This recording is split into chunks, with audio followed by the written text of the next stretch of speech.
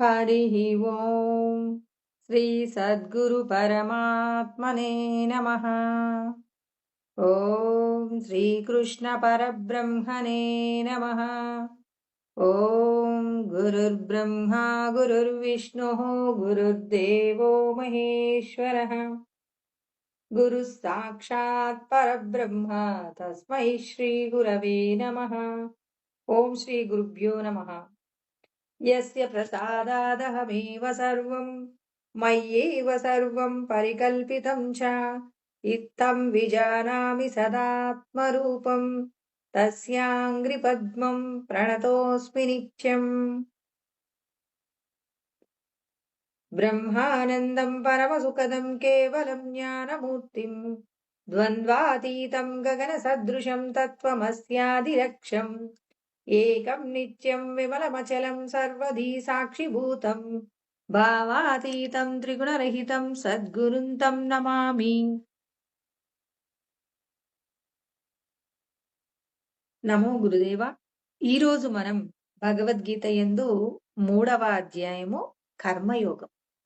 శ్రీకృష్ణ పరమాత్మ 18 అధ్యాయముల యందు యోగము అనే పదాన్ని చేర్చారు.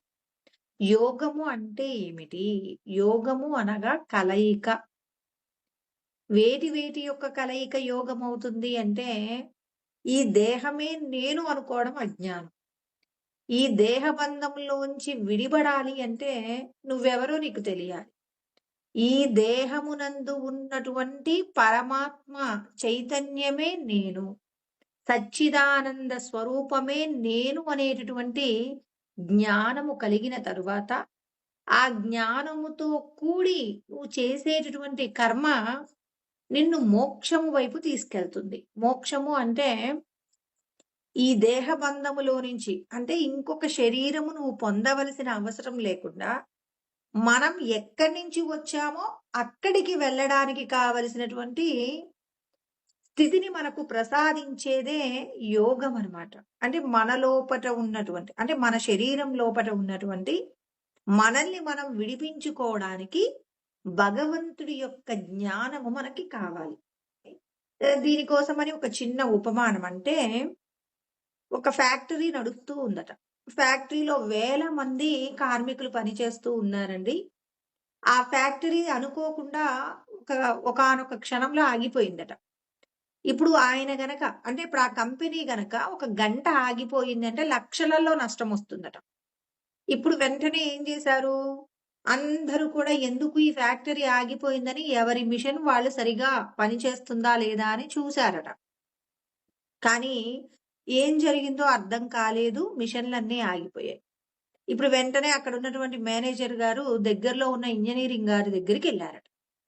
వెళ్ళి అక్కడికి, మహానుభావ మీరు తొందరగా వచ్చి మా ఫ్యాక్టరీని ఒకసారి మీరు తనిఖీ చేయగలరు, చేసి ఏమైందో చెప్పండి, ఈ ఫ్యాక్టరీ గనక ఇప్పుడు ఆగిపోతే మాకు గంటకి లక్షలలో నష్టం వస్తుంది అంటే, సరే నేనైతే ఏం జరిగిందో చూసి బాగు చేసే ప్రయత్నం చేస్తాను, కానీ నేను బాగు చేసినా చెయ్యకపోయినా నాకు మాత్రం 1000 రూపాయలు డబ్బు ఇవ్వవలసి ఉంటుందంటే ఇస్తామండి అని చెప్పేసి తీసుకెళ్లారట.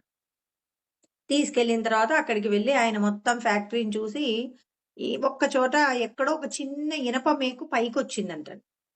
ఆ ఇనప మేకు పైకొస్తే ఒక సుత్తి తీసుకొని ఒక దెబ్బేశాడట. వేయగానే మళ్ళీ ఫ్యాక్టరీ రన్ అయిపోయిందట. వెంటనే అతనికి 1000 రూపాయలు డబ్బులు ఇచ్చారట. అంటే ఈ 1000 రూపాయలు ఇవ్వటం అంటే ఇవాళ మనం 1,00,000 రూపాయలు ఇవ్వడంతో సమానం అప్పట్లో. ఓ 1900 నాటి కాలంలో అన్నమాట. అయితే అక్కడ ఫ్యాక్టరీలో ఉన్న కార్మికులందరూ కూడా స్ట్రైక్ చేశారట. ఆయన ఒక్క సుత్తి తీసుకొని ఒక్క దెబ్బ వేసినందుకు 1000 రూపాయలు ఇచ్చారు.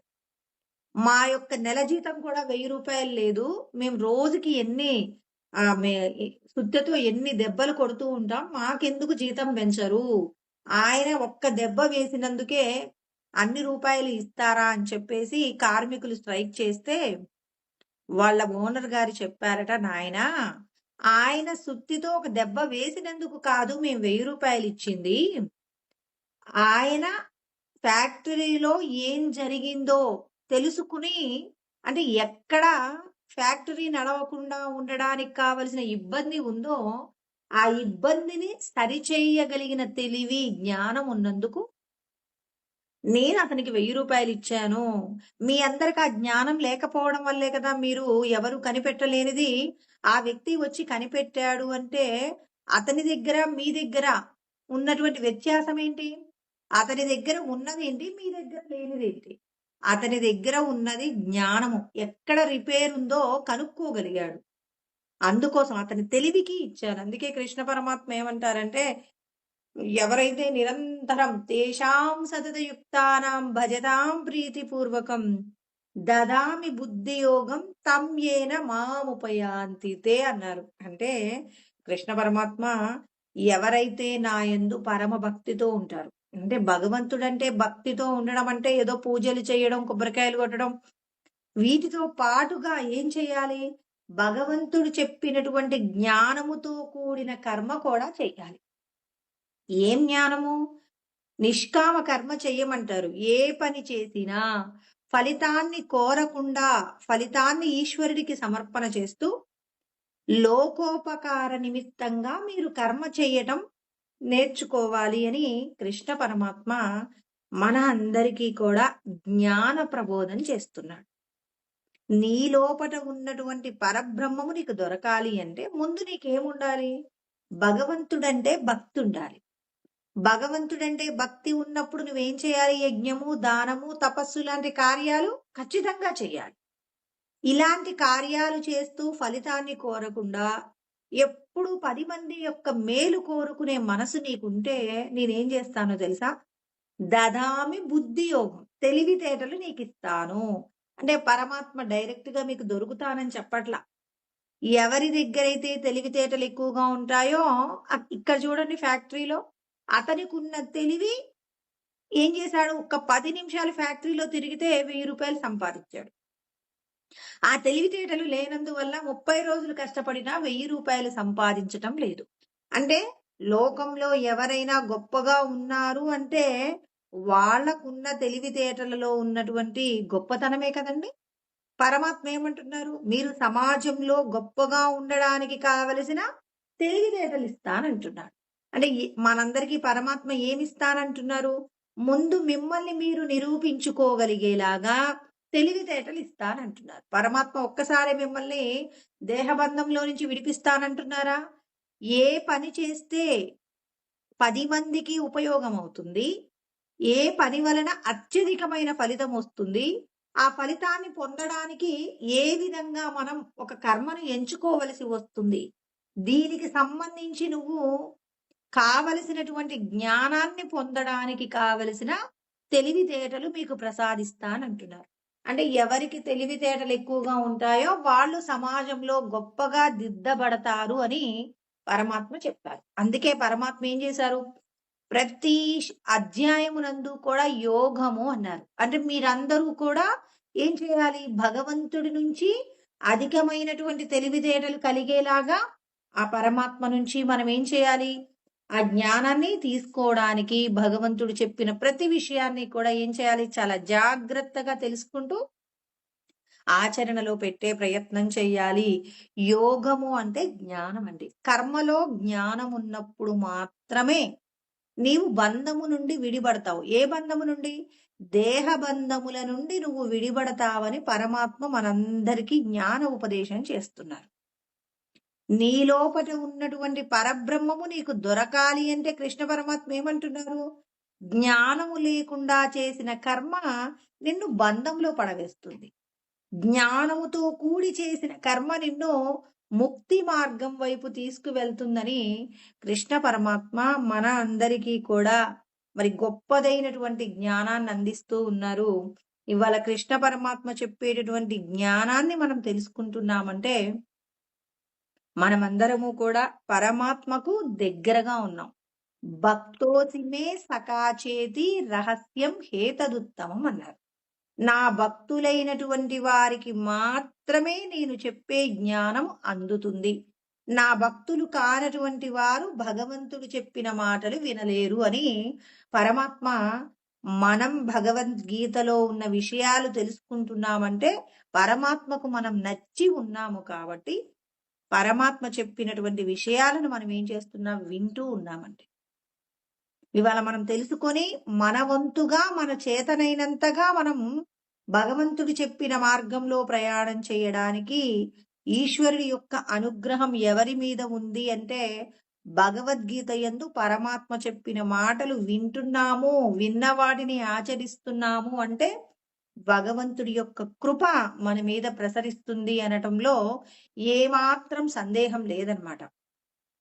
అంటే భగవంతుడు మనకేం చేస్తున్నారు? అనుగ్రహాన్ని ఇచ్చారు.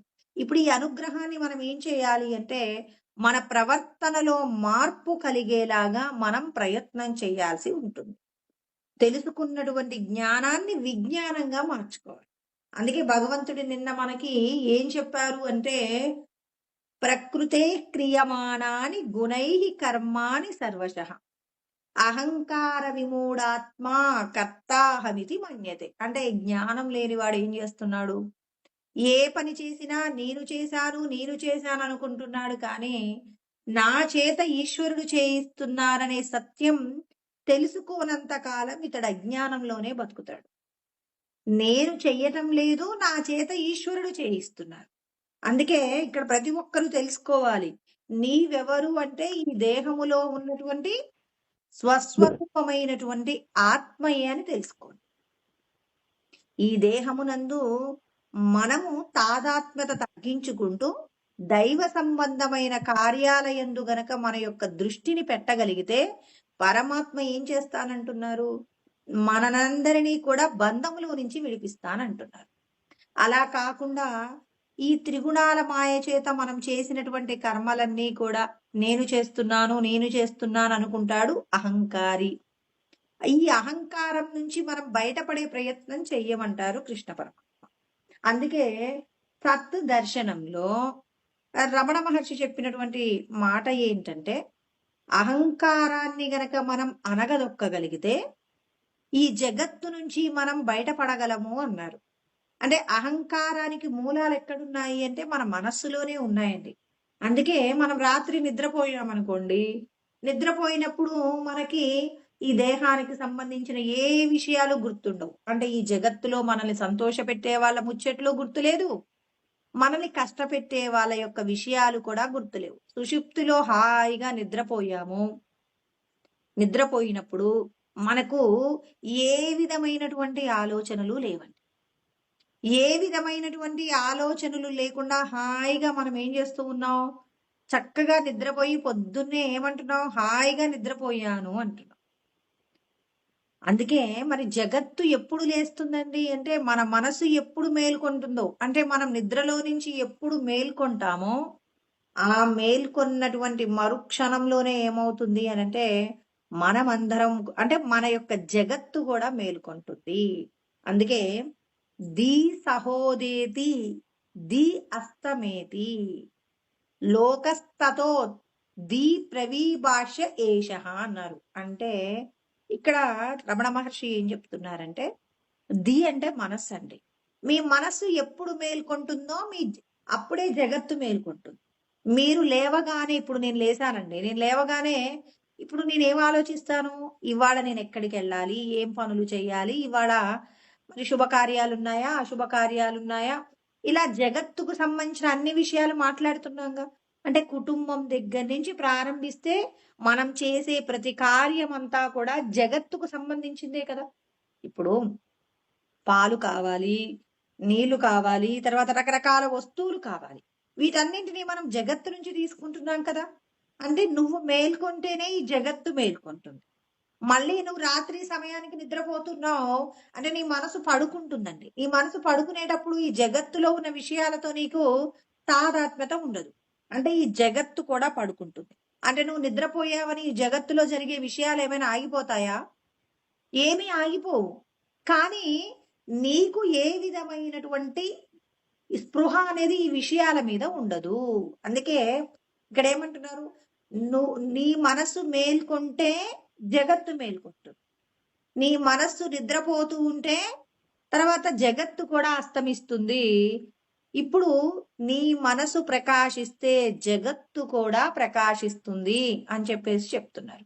అంటే మన మనస్సులోనే ఉంది. అందుకే కదండీ మన ఏవ మనుష్యానాం బంధమోక్షయో కారణం అంటారు. మన మనస్సును ఉద్ధరించుకోకుండా ఎన్ని రకాల శాస్త్రములున్నా, ఏ విధమైనటువంటి విషయాలున్నప్పటికీ కూడా, నీ మనస్సులో గనక సంఘర్షణ ఉంటే, ఆ సంఘర్షణ చేత ఇప్పుడు నాకు అనుమానం అనే జబ్బుందనుకోండి. ఇప్పుడు నా కళ్ళ ముందు ఎవరైనా నవ్వుకుంటున్నారు. అప్పుడు నేనేమనుకుంటాను? ఆ! వీళ్ళందరూ నా గురించే ఏదో మాట్లాడుకొని నవ్వుకుంటున్నారు.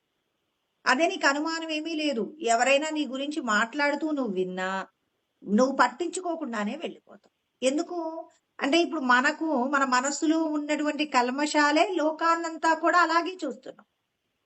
పచ్చ కళ్ళజోడు పెట్టుకున్న వాడికి లోకమంతా పచ్చగా కనపడినట్టు, మన మనస్సులో ఎటువంటి మాలిన్యాలున్నాయో, ఆ మాలిన్యాలన్నీ కూడా లోకంలో మనం చూస్తాం.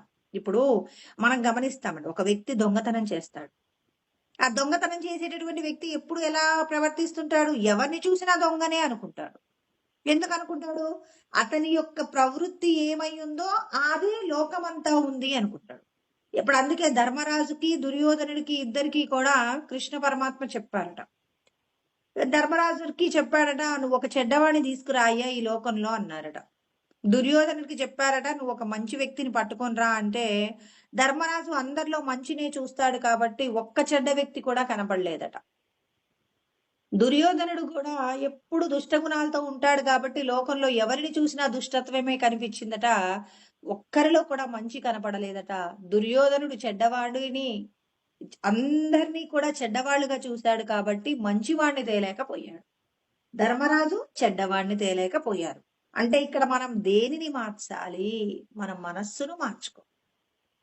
ఉద్ధరేదాత్మనాత్మానం నాత్మానమవసాదయేత్ ఆత్మైవ హ్యాత్మనో బంధువు ఆత్మైవ రిపురాత్మనః అన్నారు. అంటే మన మనస్సును మనం ఉద్ధరించుకుంటే అది మనకు బంధువులాగా పనిచేస్తుంది. మన మనస్సును గనక మనం ఉద్ధరించుకోలేకపోయామనుకోండి, అప్పుడు అది నిన్నేం చేస్తుందంటే ఒక శత్రువులాగా చూస్తుంది. అంటే ఇప్పుడు మన మనస్సును మనం ఉద్ధరించుకోకపోతే ఏం జరుగుతుంది? అంటే ఈ దేహమే నేను అనుకుంటే మన మనసు దేహ సంబంధమైన విషయాల గురించి ఆలోచిస్తుంది. ఈ దేహము నేను కాదు అన్నప్పుడు ఈ దేహానికి సంబంధించినటువంటి ఏవైతే అవమానాలు, తర్వాత మనల్ని పొగిడేటటువంటి పొగడ్తలు ఇవన్నీ నావి నావి అనుకుంటూ పొగడ్త వచ్చినప్పుడు సంతోషపడతాం, దుఃఖం వచ్చినప్పుడు కృంగిపోతాం. ఈశ్వరుడు అంటున్నారు అసలు వీటన్నింటికి మీకు సంబంధం లేదు. ఈ దేహానికి సంబంధించి కొన్ని పుణ్యాలుంటాయి, కొన్ని పాపాలుంటాయి. వీటన్నింటినీ నిర్వహిస్తున్నది ఎవరు? మనస్సు తాను ఎవరు అనే విషయాన్ని తెలుసుకోకుండా దేహ సంబంధమైన విషయాల కోసమే ఆలోచిస్తుంది. ఎందుకు ఆలోచిస్తుంది అంటే ఆ మనస్సు తన యొక్క స్వాభిమానం అంటే పూర్వజన్మలలో తనకున్నటువంటి సంస్కారాలు ఏవైతే ఉన్నాయో ఆ సంస్కారాలను ఈ దేహంతో ఏం చేస్తుందంటే అనుభవింప చేసుకుంటుందన్నమాట. అంటే పూర్వజన్మలో తనకి ఏదైనా ఒక వస్తువు మీద కోరిక ఉందనుకోండి, ఆ కోరిక తీర్చుకోవడం కోసమని ఈ దేహంతో మనసు ఏం చేస్తుంది? ఆ కోరికను తీర్చుకోవడానికి ఆయా వస్తువును పొందేందుకు ప్రయత్నం చేస్తుంది. అంటే మనసు నిండా ఏమున్నాయి? కోరికలు ఉన్నాయి. మరి ఆ కోరికలన్నీ తీర్చుకోవాలి అంటే తనేమనుకుంటుంది? ఈ దేహంతోనే తీర్చుకోగలను. ఈ దేహం ఉన్నన్నాళ్ళు అన్నీ అనుభవించాలి. ఈ దేహం పడిపోయేలోపు నాకు కావలసినవన్నీ అనుభవించాలనుకుంటుంది కానీ, మరి దీని నుంచి పూర్తిగా మనం అనుభవించగలుగుతామా? ఈ దేహంతో ఇప్పుడు నాకేదైనా ఒక పరమాన్నం తినాలనుంది. కొంచెం ఒక కప్పు తినగానే నాకు కడుపు నిండింది. కానీ పరమాన్నం మీద కోరిక తీరిందా? తీరలేదు. మళ్ళీ నేను పరమాన్నం తినాలంటే ఏం చేయాలి? మళ్ళీ మధ్యాహ్నం వరకు ఆగాలి. మళ్ళీ ఒక కప్పు తిన్నాను. మళ్ళీ ఇంక అప్పటికైనా ఆ పరమాన్నం మీద కోరిక తీరిందా అంటే తీరలేదు. అంటే ఇది ఎలాంటిది అంటే పరమాత్మ చెప్తూ ఉంటారనమాట. మరి దీన్ని మహాశనో అంటే ఎంతగా అనుభవించినప్పటికీ కూడా దాని మీద మాత్రం మనకి కోరిక తీరదు. అడుగులేనటువంటి పాత్రలో మనం ఏదైనా నీటిని పోసినప్పుడు ఆ నీరు ఏమవుతుంది? ఆ ఆ పాత్రలో కనిపిస్తుందా? కనిపించదు. అదే విధంగా నీవు ప్రయత్నం చేత నువ్వు ఈ శరీరం కాదు, నువ్వు ఇంద్రియాలు కాదు, నువ్వు మనస్సువు కాదు, నువ్వు స్వస్వరూపమైన ఆత్మవే అని తెలుసుకుని విచారణ పూర్వకంగా వీటి మీద ఉన్నటువంటి కోరికను తగ్గించుకోవాల్సిందే తప్ప వీటి మీద వ్యామోహం పెంచుకున్నంత కాలం నువ్వు మళ్ళీ మళ్ళీ శరీరాలను పొందవలసి ఉంటుందని మనకి శాస్త్రాలు చెప్తూ ఉన్నాయి. అంటే మనమే ప్రయత్నం చేయాలి. ఇక్కడ రమణ మహర్షి కూడా అదే చెప్తున్నారు. మీరందరూ కూడా అసలు ఈ మనసు ఎక్కడి నుంచి పుట్టిందో తెలుసుకోండి. అందుకే ఆయన చెప్తున్నాడు, ఏమంటున్నాడు? దీలోక జన్మక్షయ ధామ పూర్ణం అంటున్నారు. అంటే ఇక్కడ మనస్సు, జగత్తు ఇవన్నీ ఏంటి? జన్మక్షయ ధామం. అంటే ఈ మనస్సు పుట్టడానికి కానివ్వండి, జగత్తు పుట్టడానికి కానివ్వండి, అధిష్టానమును నేనే. నేను పూర్ణమైనటువంటి వాడను. నేను సద్వస్తువును. అన్నింటికి ఉనికి ఎవరు? నేనే. నేనుంటే ఏదైనా పని చేస్తుంది. ఇప్పుడు నేను ఒక శరీరంలో నుంచి వెళ్ళిపోయాననుకోండి, వెళ్ళిపోతే ఆ శరీరం ఏమవుతుంది? జడమవుతుంది, మరణించింది అని మనం ఈ లోకంలో అంటున్నాం. అంటే ఈ శరీరము మరణాన్ని పొందుతుంది ఎప్పుడు? నా యొక్క ఉనికి లేకపోతే అని మరి ఈశ్వర స్వరూపం మాట్లాడుతుంది. అంటే ఇక్కడ సద్వస్తువుగా, అంటే ఒక వస్తువులో ఉన్నటువంటి ఉనికిగా ఎవరున్నారు అంటే మరి పరమాత్మ చైతన్యం అండి. ఆ పరమాత్మ చైతన్యానికి జనన మరణములు లేవు. మరి ఈ శరీరానికి జనన మరణములు ఉన్నాయా లేవా? ఖచ్చితంగా ఉన్నాయండి. శరీరానికి ఉన్నటువంటి దేహ ధర్మాలేంటి? పుట్టుక, చావు. మరి మనసు యొక్క ధర్మాలేంటి? శోకము, మోహము. నిజంగా ఇది శోకించడానికే, మోహించడానికే ఉందా అంటే లేదండి. తన స్వస్వరూపం తెలియనంత కాలము ఏదో ఒక వస్తువుని కావాలంటుంది. ఎందుకు? తన స్వస్వరూపము తెలిస్తే తనకి ఎందుకు బాధపోతుందంటే, మనసు ఎప్పుడు ఏం కోరుకుంటుందంటే ఆనందం కోరుకుంటుందండి. ఆనందం కోరుకోవడానికి కారణం ఏంటంటే తను ఆనందం అనేటటువంటి సముద్రంలో నుంచి పుట్టిన పిల్ల. ఇప్పుడు పుట్టుకతోనే ఒక వ్యక్తి ఐశ్వర్యంతో పుట్టాడనుకోండి, తన ఆలోచనలు, తన కోరికలు, తాను వాడే వస్తువులన్నీ ఎలా ఉంటాయి? గొప్పగా ఉంటాయి. తాను ఎక్కడికైనా ఎవరింటికైనా భోజనానికి వెళ్తే వాళ్ళ ఇంట్లో తాను తినే భోజనం లాగా లేకపోతే ఆ భోజనాన్ని తినడానికి ఇష్టపడతాడా? ఒకవేళ తిన్నప్పటికీ కూడా సంతోషంగా ఉంటాడా? ఏడుస్తాడు. అంటే ఇక్కడ ఏమైంది? శోకం వచ్చేసింది. ఇప్పుడు తనకంటే అధికుడైనటువంటి వాడిని ఎవరినైనా చూశాడనుకోండి, అప్పుడు ఏమనుకుంటాడు? ఏదైనా అనుభవిస్తే నేను అనుభవించాలి, కానీ వాడెవడో గొప్పగా అనుభవిస్తున్నాడు, వాడికంటే నేను గొప్పగా ఆనందించాలని చెప్పేసి మోహాన్ని పొందుతాడు.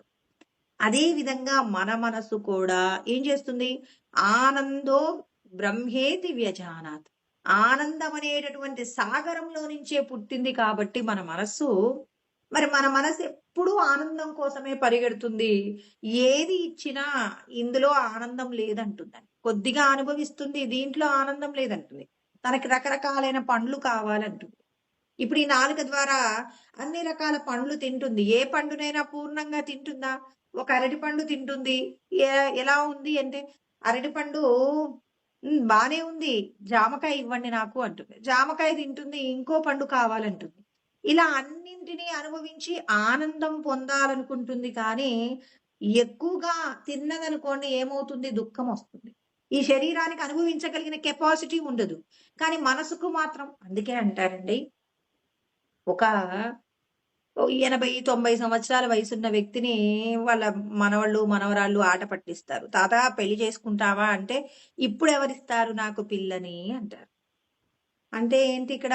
ఆయన ఎందుకు పెళ్లి చేసుకోనంటున్నాడు అంటే, శరీరము సహకరించదు. అంటే ఈ శరీరము వయసులో లేదు కాబట్టి నాకెవడు పిల్లనిస్తానంటున్నాడు. కానీ పెళ్లి చేసుకోవాలనే కోరిక చచ్చిపోయిందా? అయ్యో ఈ వయసులో నాకు పెళ్ళేంటమ్మా, నేను అన్నీ అనుభవించేశాను, ఇక నేను పెళ్లి అనే దానికి సంబంధించి ఇక నాకు ఏ విధమైన కోరిక లేదు అంటున్నారా? ఎందుకు అనట్లేదు అంటే, మనసు ఎప్పుడు యవ్వనంగా ఉంటుందని. ఎందుకు? ఆ పరమాత్మ యొక్క సంతతి కాబట్టి మన మనసు ఎప్పుడు యవ్వనంగా ఉంటుంది. అందుకే అంటారు, ఈడొచ్చినా వివరం లేదు అనంటే, మనసు ఎప్పుడు 90 ఏండ్లలో కూడా ఏ పదార్థం చూసినా అరిగించుకోవాలి, ఈ పదార్థం తినాలి, నేను అరిగించుకోవాలి అంటారు. ఇప్పుడు ఆ పదార్థాన్ని గనక వాళ్ళు జీర్ణం చేయలేకపోతే ఎంతో బాధపడతారు. ఎన్ని డబ్బులు ఖర్చయినా పర్వాలేదు, డాక్టర్ల దగ్గరికి వెళ్ళి నేను ఎంత తిన్నా అరిగించుకోగలిగిన శక్తి నాకు వచ్చేలాగా డాక్టర్లను ఏమంటాడు? అయ్యా నేను ఎంత డబ్బైనా ఇస్తాను, నాకు నేనేం తిన్నా జీర్ణం చేయగలిగినటువంటి శక్తి సామర్థ్యాలు కలిగేలాగా నాకు ట్రీట్మెంట్ చెయ్యండి అంటే 90 సంవత్సరాల వ్యక్తికి ఏది తిన్నా అరిగించగలిగినటువంటి ట్రీట్మెంట్ ఏమైనా ఉంటుందా? ఈ శరీరానికి సంబంధించి ధర్మాలున్నాయి. ఆ ధర్మాల ప్రకారంగానే ప్రవర్తిస్తుంది. యవ్వనంలో ఉన్నప్పుడు ఏది తిన్నా అరుగుతుంది. కానీ వృద్ధాప్యంలో ఏదైనా ఒక వస్తువును మనం అనుభవిస్తే దాన్ని మనం పూర్ణంగా మరి అరిగించుకోగలుగుతామా? ఒక్క అరటిపండు ముక్క తినటానికే చాలా కష్టపడవలసి వస్తుంది. ఎందుకు కష్టపడవలసి వస్తుంది అనంటే, ఆ శరీరానికి కావలసినటువంటి శక్తి లేదనమాట. ఇప్పుడు మన ఇంట్లో ఏదైనా ఒక వస్తువుని తెచ్చుకుంటే కూడా, మొదట్లో పని చేసినట్టుగా ఒక 10 సంవత్సరాల తర్వాత దాని కెపాసిటీ ఉంటుందా? దాన్ని వాడటం వల్ల ఏమవుతుందంటే, దానికి పని చేయగలిగిన శక్తి తగ్గుతుంది. భగవంతుడు కూడా మనకిచ్చిన ఈ శరీరాన్ని మనం ఏం చేయాలి? ఈశ్వరుడిని పొందడం కోసం అని చెప్పేసి ఏం చేయాలి? మనం నిరంతరం ప్రయత్నం చేయాలి. ఎలాంటి ప్రయత్నం చేయాల్సి ఉంటుంది? మనం చేసేటటువంటి ప్రయత్నం ఎప్పుడు ఎలా ఉండాలి అంటే, పరులకు ఉపకారం చేస్తున్న కొద్దీ లోపట ఉన్నటువంటి జీవుడికి కావలసిన శక్తి అందుతుందండి. శ్రేయస్సు కలుగుతుంది. ఆ శక్తి కలిగినప్పుడు మనం ఏం చేస్తూ ఉంటాం? దేహబంధాల నుండి విడిపడడానికి కావలసినటువంటి శక్తి కలుగుతుంది. మనం ఏదైనా ఒక బంధం నుంచి విడిపోవాలి అన్నప్పుడు, ఆ బంధం చాలా గట్టిగా ఉందనుకోండి. ఇప్పుడు ఏమంటారు? ఎవరైనా వాళ్ళ పిల్లలు చనిపోయారు, భార్య చనిపోయింది, లేకపోతే భర్త చనిపోయారనుకోండి. వాళ్ళు చనిపోగానే వీళ్ళు కూడా బ్రతకలేక ఆత్మహత్య చేసుకుంటారు. ఎందుకు ఆత్మహత్య చేసుకుంటారు? వాళ్ళ నుంచి విడిబడి ఉండలేక. వాళ్ళు లేకపోతే ఇక నాకు జీవనం లేదు అని చెప్పేసి ఎన్నో లక్షల కోట్ల జన్మలలో చేసిన పుణ్యం ఉంటే ఆ పుణ్యం కొద్దీ శరీరం తెచ్చుకున్నామనమాట. ఆ తెచ్చుకున్నటువంటి శరీరంతో ఏ విధమైన సాధన చేసి మనం ఏమనాలి అమృత స్వరూపాన్ని పొందగలమో తెలియకపోవడం వల్ల ఇక వీళ్ళు లేకపోతే నేను జీవించలేను అంటారు. ఎందుకు జీవించలేము? అంటే నీకు సత్యం తెలియదు. నీకు ఈ శరీరం భగవంతుడు ఎందుకు ఇచ్చాడు? 84 లక్షల రకాల ఉపాధులలో మానవ దేహం యొక్క గొప్పతనం ఏంటి? కేవలం భార్యాబిడ్డలతో సుఖంగా జీవించడానికే నువ్వు ఈ శరీరాన్ని పొందావా? ఒక పశువుగా పుడితే ఇది సరిపోతుంది. కానీ ఒక మనిషిగా నువ్వు పుట్టావంటే ఏది మంచి, ఏది చెడు అని తెలుసుకోగలిగిన విచక్షణ మనందరికీ ఉందండి. ఈ విచక్షణ ఎందుకు ఉపయోగపడాలి? యోగమును పొందడానికి ఉపయోగపడాలి. అందుకే మన మనసుకి ఎలాంటి ట్రైనింగ్ ఇవ్వాలి? అమ్మ నువ్వు ఈ దేహం గురించి ఆలోచించు. దేహ సంబంధమైన విషయాలలో అల్పమైన సుఖం ఉంటుంది, అత్యధికమైన దుఃఖం ఉంటుంది. అల్పమైన సుఖం ఎలా అంటే కృష్ణ పరమాత్మ చెప్తారనమాట. విషయేంద్రియ సంయోగా ఎత్తదగ్రే అమృతోపమం. అంటే విషయాలతో కూడిన సమాగమము మొదట ఏమవుతుంది? అమృతం లాగా ఉంటుంది. పరిణామే విషమివ. కొద్ది రోజుల తర్వాత ఏమవుతుంది? అది విషంలాగా మారిపోతుంది. అంటే మొదట సుఖాన్ని ఇచ్చింది, తర్వాత దుఃఖాన్ని ఇస్తుంది. కానీ యోగము కోసం లోపటున్న భగవంతుడి కోసం ప్రయత్నం చేస్తుంటే ఎన్నో రకములైనటువంటి పొగడ్తలు ఉంటాయి, నిందలు కూడా ఉంటాయి. మరి నిందలు పొగడ్తలను రెండింటిని సమస్థితిలో తీసుకుంటూ భగవంతుడు చెప్పినటువంటి మార్గంలో ఎవరైతే ప్రయాణం చేస్తారో అలా ప్రయాణం చేసినటువంటి వారు ఏమవుతారు? దేహబంధంలో నుంచి విడిపడతారు. అందుకే ఆయన ఏమన్నాడు? ఎత్తదగ్రే విషమివ. మొదట కష్టంగా ఉంటుందండి. పరిణామే అమృతోపమం. అంటే ధర్మం కోసం గనక మనం నిలబడ్డప్పుడు ఏమవుతుంది? ఆ ధర్మం మనల్ని అనేక రకాల కష్టాలకు తీసుకెళ్తుంది. అందుకే ధర్మంగా బ్రతకాలి అంటే చాలా మంది అంగీకరించరండి. ఎందుకంటే ప్రతి చోట ధర్మాన్నే చెప్తూ ఉన్నప్పుడు ఆ ధర్మము నచ్చనటువంటి వాళ్ళు ఈ కలియుగంలో 100కి 90% మంది ఉంటారు. ఆ 90% మందిని ఒప్పించడం కంటే మనం కూడా అధర్మపరుడుగా ఉంటే నలుగురిలో నారాయణ, గుంపులో గోవింద ఇలా బ్రతికేస్తే ఎవరితో ఏ బాధ లేదు కదా అంటే భగవంతుడు అంటారు, నేను కావాలి అనుకుంటే ధర్మంతో జీవించను. లేదు ఈ శరీరంతో బ్రతికినంత కాలం ఏదో ఇలా జీవితం గడిపేస్తాను స్వామి, నా వల్ల కాదండి, పెద్ద పెద్ద వివాదాలు నా వల్ల కాదు, ఎంతమందినో గొప్ప గొప్ప వాళ్ళని ఎదిరించాల్సి ఉంటుంది మీ ధర్మం తెలిస్తే, అంత శక్తి నాకు లేదు స్వామి, నన్ను విడిచిపెట్టండి అంటే నువ్వు ఎన్ని జన్మలు ఎత్తినప్పటికీ కూడా నేను చెప్పిన ధర్మం పాటిస్తేనే నువ్వు నాలో ఐక్యమవుతావు. అప్పటి వరకు కూడా నువ్వు శరీరాలను పొందుతూనే ఉండవలసి ఉంటుందని కృష్ణ పరమాత్మ చెప్తున్నాడు. నేను కావాలి అంటే, అంటే ఇక్కడ భగవంతుడు నేను కావాలి అంటే మీరేం చేయాలి? నేను మిమ్మల్ని రక్షిస్తాననేటటువంటి ధైర్యం కూడా మీ మనసు యందు ఉండాలి. ఇప్పుడు ఒక ఏమంటారు, ఒక యజమాని దగ్గర పని చేసే వాళ్ళలో ఒక మేనేజర్ గారు, ఒక అటెండర్ గారిని తీసుకోండి. మేనేజర్ గారు అటెండర్ ని బెదిరిస్తున్నాడు. ఎందుకు బెదిరిస్తాడు?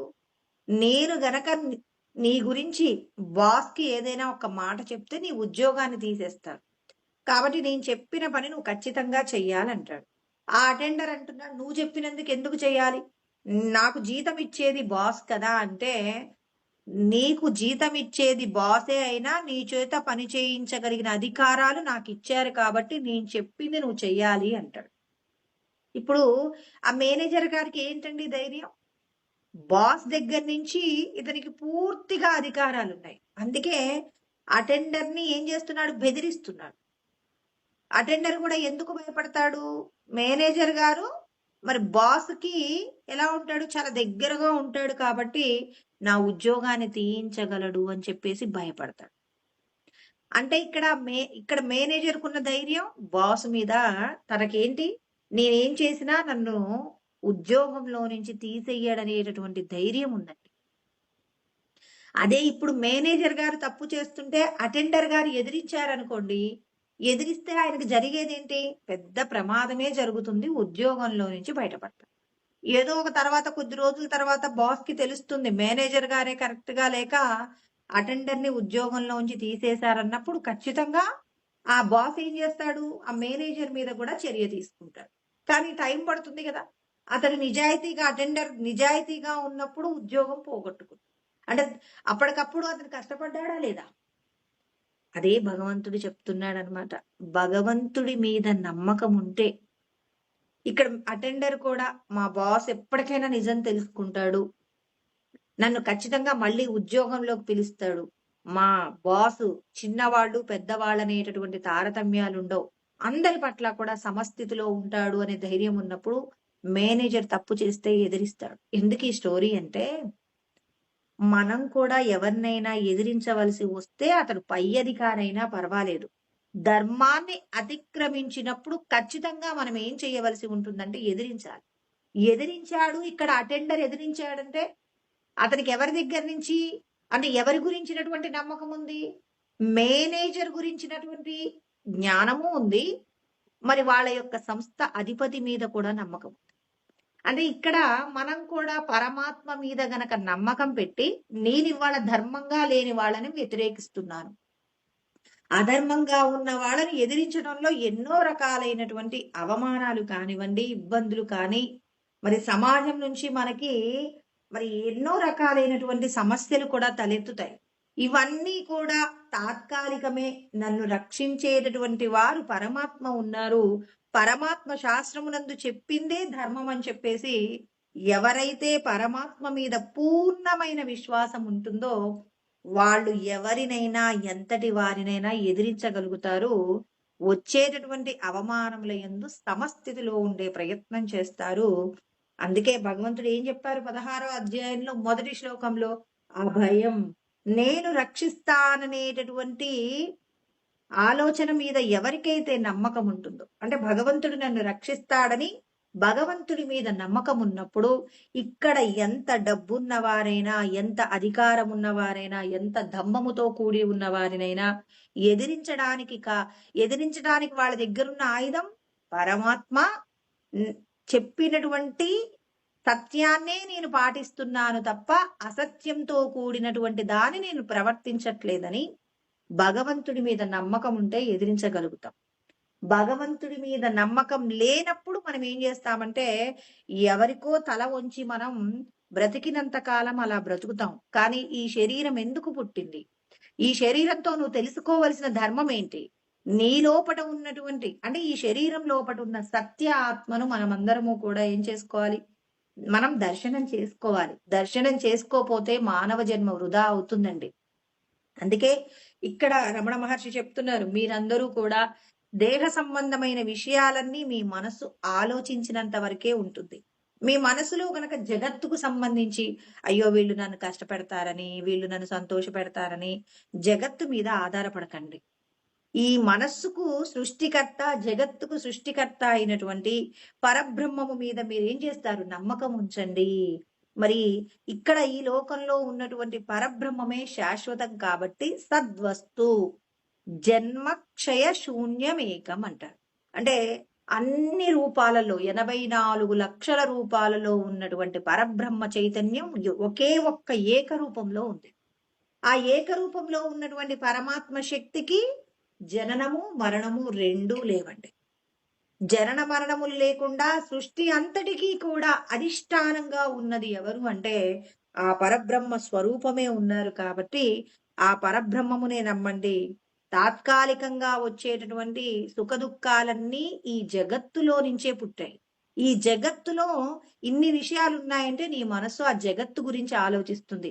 వీడంటే నాకు భయం. అలెగ్జాండర్ గారండి భారతదేశం మీద దండెత్తుదామనుకున్నప్పుడు మరి అందరూ ఆయనకి నమస్కారం చేస్తున్నారు, ప్రపంచ విజేత. కానీ భారతదేశం సనాతనమైనటువంటి ఈ దేశంలో ఆయన వస్తూ ఉన్నప్పుడు ఒక యోగి తనను చూసి కళ్ళు తెరిచి నిలబడలేదు, నమస్కారం చెయ్యలేదు. అలెగ్జాండర్ గారు వస్తున్నారంటేనే అక్కడి నుంచి వస్తుంటే ఇక్కడి నుంచి మోకాళ్ళ మీద మోకరిల్లేటటువంటి జనాల మధ్యలో యోగ పురుషుడైనటువంటి వ్యక్తి మాత్రం అలా పరధ్యానంలో అంటే పరమాత్మ యొక్క అనుభూతిలో ఉన్నాడు. అలా ఉన్నప్పుడు అలెగ్జాండర్ కి ఆలోచన కలిగింది, ఏంటి అందరూ నమస్కారం చేస్తున్నారు, ఇతడెందుకు నాకు నమస్కారం చెయ్యట్లేదని ఆ వ్యక్తి దగ్గరికి వెళ్ళి, నువ్వు నాకు నమస్కారం చెయ్యలేదు, నువ్వు నన్ను గౌరవించలేదు, నీ శిరచ్ఛేదనం చెయ్యబడుతుందంటే నువ్వు నన్ను చేస్తావా నా శరీరాన్ని చేస్తావా, చేసుకో నాకేం ఇబ్బంది లేదన్నారు. అంటే మరణానికి భయపడినటువంటి వ్యక్తులు కూడా ఈ లోకంలో ఉంటారా? ఎందుకు? అందరికి జీవితం విలువైంది కదా, మరి విలువైనది అయినప్పుడు ఈ వ్యక్తికి మాత్రం ఈ శరీరం ఎందుకు విలువ కానిది అని తెలుసుకునే ప్రయత్నం. అంటే ఈ శరీరము అశాశ్వతమని, శరీరం నందు ప్రకాశించే ఆత్మ చైతన్యమే శాశ్వతమనేటటువంటి జ్ఞానాన్ని ఆయన ఒక్క మాటలోనే చెప్తారనమాట. అలా చెప్పినప్పుడు అలెగ్జాండర్కి అర్థమవుతుంది, వాళ్ళ గురువు గారు అరిస్టాటిల్ అండి, నువ్వు ఏ దేశం మీదకి వెళ్ళినా భారతదేశం మీదకి మాత్రం వెళ్ళకు, అక్కడున్న వాళ్ళు నీకు కావలసినటువంటి విధంగా నిన్ను ఏం చేయలేరు అంటే వాళ్ళు నీకు భయపడరు అని చెప్పారు. ఎందుకు భయపడరు అనేది దేశంలోకి వస్తున్న ప్రారంభంలోనే మరి మరి ఆ యోగ పురుషుడు నిరూపించాడు. అప్పుడు అర్థమైందనమాట అలెగ్జాండర్ కి, ఓ నేను ఈ శరీరంతో ప్రపంచ విజేతను కావాలనే ఒక కోరికతో ఈ ఈ దేశాన్నంతా కూడా అంటే ప్రపంచంలో ఉన్న అన్ని దేశాలను కూడా నేను ఏం చేశాను, గెలిచాను. కానీ నేను గెలిచానా? నిజంగా నేను గెలిచింది ఏంటి? ఈ ప్రపంచమంతా నా పాదాక్రాంతమైంది అనుకుంటున్నాను. మరి నేను మరణిస్తే దీనికి నాకు ఏ సంబంధము లేదు. ఈ ప్రపంచంలో ఉన్న విషయాలన్నీ నేను ఈ శరీరంతో ఉన్నప్పుడే అనుభవిస్తాను.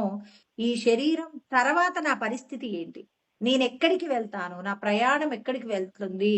ఇలాంటి విషయాల గురించి ఆలోచన చేసే చివరికి అలెగ్జాండర్ గారు మరణించేటప్పుడు ఆయన తన యొక్క ఏమంటారు, తనను పూడ్చిపెట్టేటటువంటి పేటికను, శ్మశాన పేటిక ఉంటుంది కదండి, ఆ బాక్స్ ను తయారు చేయించి చేయించటంలో చెప్పాడట, 2 చేతులు బయటికి వచ్చేలాగా బాక్స్ తయారు చేయండి, నేను మరణించిన తర్వాత నా 2 చేతులు బయటికి వేలాడుతూ కనపడాలి, మరి అక్కడ ఉన్నటువంటి రాజ్యం మొత్తం కూడా నా శరీరాన్ని ఊరేగింపుగా చెయ్యండి.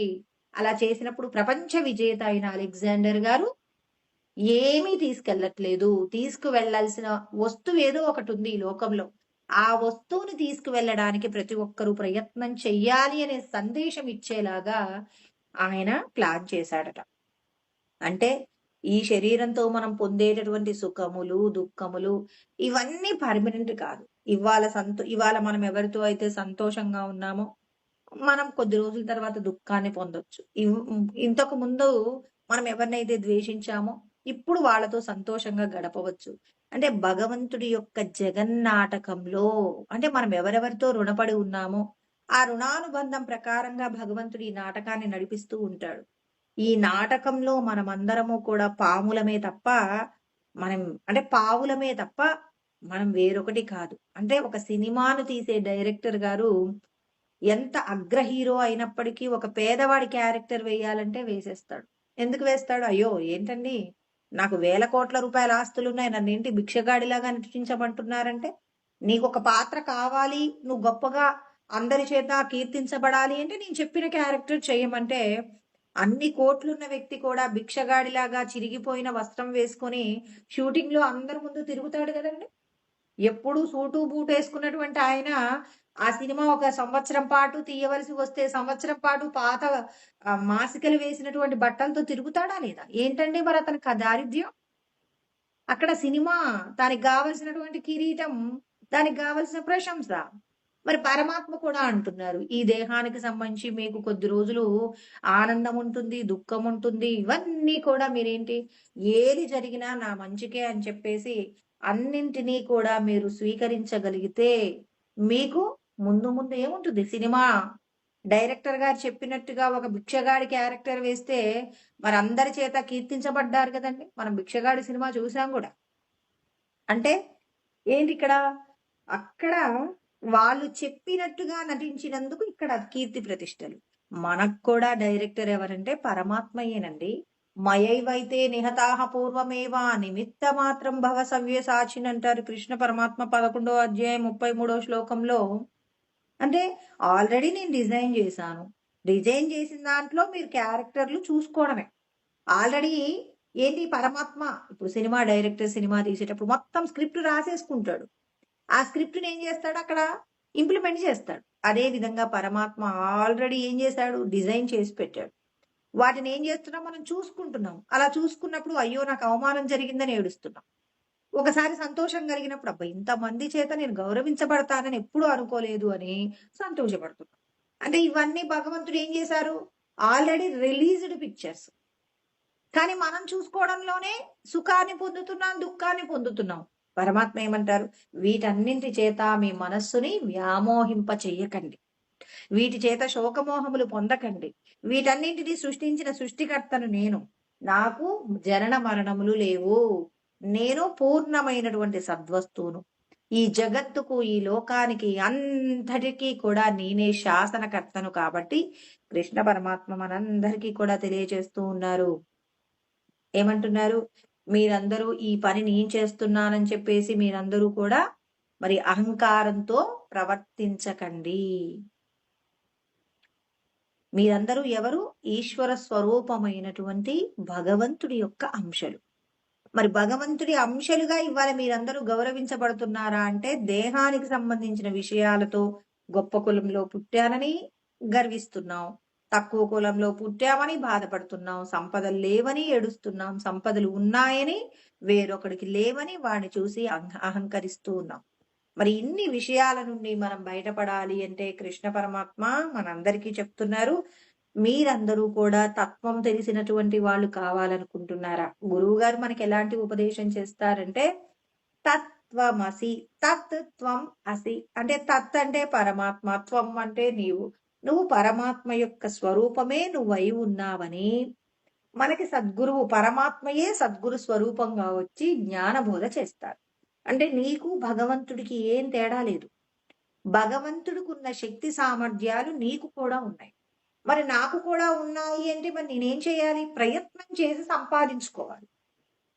సంపాదించుకుంటే మనకు జ్ఞానము విజ్ఞానముగా మారినప్పుడు మనం తత్వవేత్తలం అవుతాం. త్వము అంటే ఆ పరమాత్మయే నీవు అనేటటువంటి జ్ఞానాన్ని పూర్తిగా ఎరిగినప్పుడు నువ్వు తత్వవేత్త అవుతావు. బ్రహ్మవిద్ బ్రహ్మైవ భవతి. బ్రహ్మ జ్ఞానము తెలిసిన వారు బ్రహ్మమే అవుతున్నారు కదండి. అదే విధంగా మనం నిజంగా బ్రహ్మమయ్యే స్థాయిలో ఉంటే ఎలా ఉండాలి? ఇవాళ మనం ఒక గురు స్వరూపాన్ని గౌరవిస్తున్నామంటే, ఆ గురువుకు ఉండవలసిన లక్షణాలు ఏంటో చెప్పారండి కృష్ణ పరమాత్మ. అంటే మనందరం కూడా కావాలని పరమాత్మ చెప్తున్నారు. ఇక్కడ గురువుని మనం విచారణ చేయవచ్చు. మనం కూడా ఆ స్వరూపంగా వెళ్ళడానికి మనం ఎటువంటి ప్రయత్నం చెయ్యాలో చెప్తున్నారు. తత్వవిత్తు మహాబాహో గుణ కర్మ విభాగయోహ. అంటే తత్వం తెలుసు నాకు శాస్త్రాలన్నీ తెలుసండి అని నేను చెప్పాను అనుకోండి. ఇప్పుడు ఎలా ఉండాలి? నీకు ఏ విషయం గురించిన జ్ఞానం ఉండాలి? గుణ కర్మ విభాగయోహ. అంటే గుణముల యొక్క విభజన నీకు తెలిసుండాలి. కర్మముల యొక్క విభజన కూడా తెలిసుండాలి. అంటే కర్మ గురించిన సిద్ధాంతం నీకు తెలిసుండాలి. ఆ తర్వాత గుణములకు సంబంధించిన విషయం కూడా తెలిసుండాలి.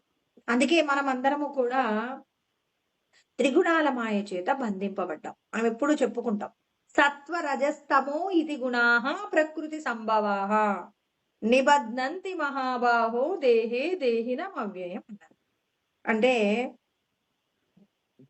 మనమందరం కూడా త్రిగుణాల మాయ చేత బంధింపబడ్డామంట. సత్వగుణము, రజోగుణము, తమోగుణం.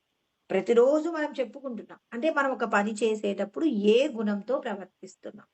నాకు లాభం కావాలని కోరుకుంటున్నానా? లోకానికి మేలు కావాలని కోరుకుంటున్నానా? లేదా నా కుటుంబం బాగుండాలని కోరుకుంటున్నానా? ఇప్పుడు నా కుటుంబం బాగుండాలని నేను ఒక తప్పు చేశాననుకోండి, ఒక పని చేశాననుకోండి, అది రజోగుణం. నా కుటుంబంతో సంబంధం లేదు. నేను మాత్రమే బాగుండాలనుకున్నాను. ఇది తమోగుణం. అంటే కుటుంబం అయితే రజో, నేనైతే సెల్ఫ్ అయితే తమో. మరి నేను లోకము అంతా బాగుండాలి, భగవంతుడు చెప్పిన ధర్మమే ఈ లోకాన్ని పరిపాలించాలని అనుకున్నామనుకోండి, అప్పుడు అదేమవుతుందంటే సత్వగుణం అవుతుంది. అంటే ఇప్పుడు మనమందరం 3 గుణాలతో ప్రవర్తిస్తూ ఉంటామన్నమాట. ఎవరిలో అయితే భార్యా బిడ్డల మీద మమకారం ఉంటుందో వాళ్ళు ఏం చేస్తారు? ఎంత జ్ఞానం ఉన్నప్పటికీ కూడా రజోగుణంలోకి వెళ్ళిపోతే భార్యా బిడ్డల క్షేమం తప్ప ఎవరి క్షేమం ఆలోచించరు. తనకున్న స్థాయిని కూడా మర్చిపోతారు.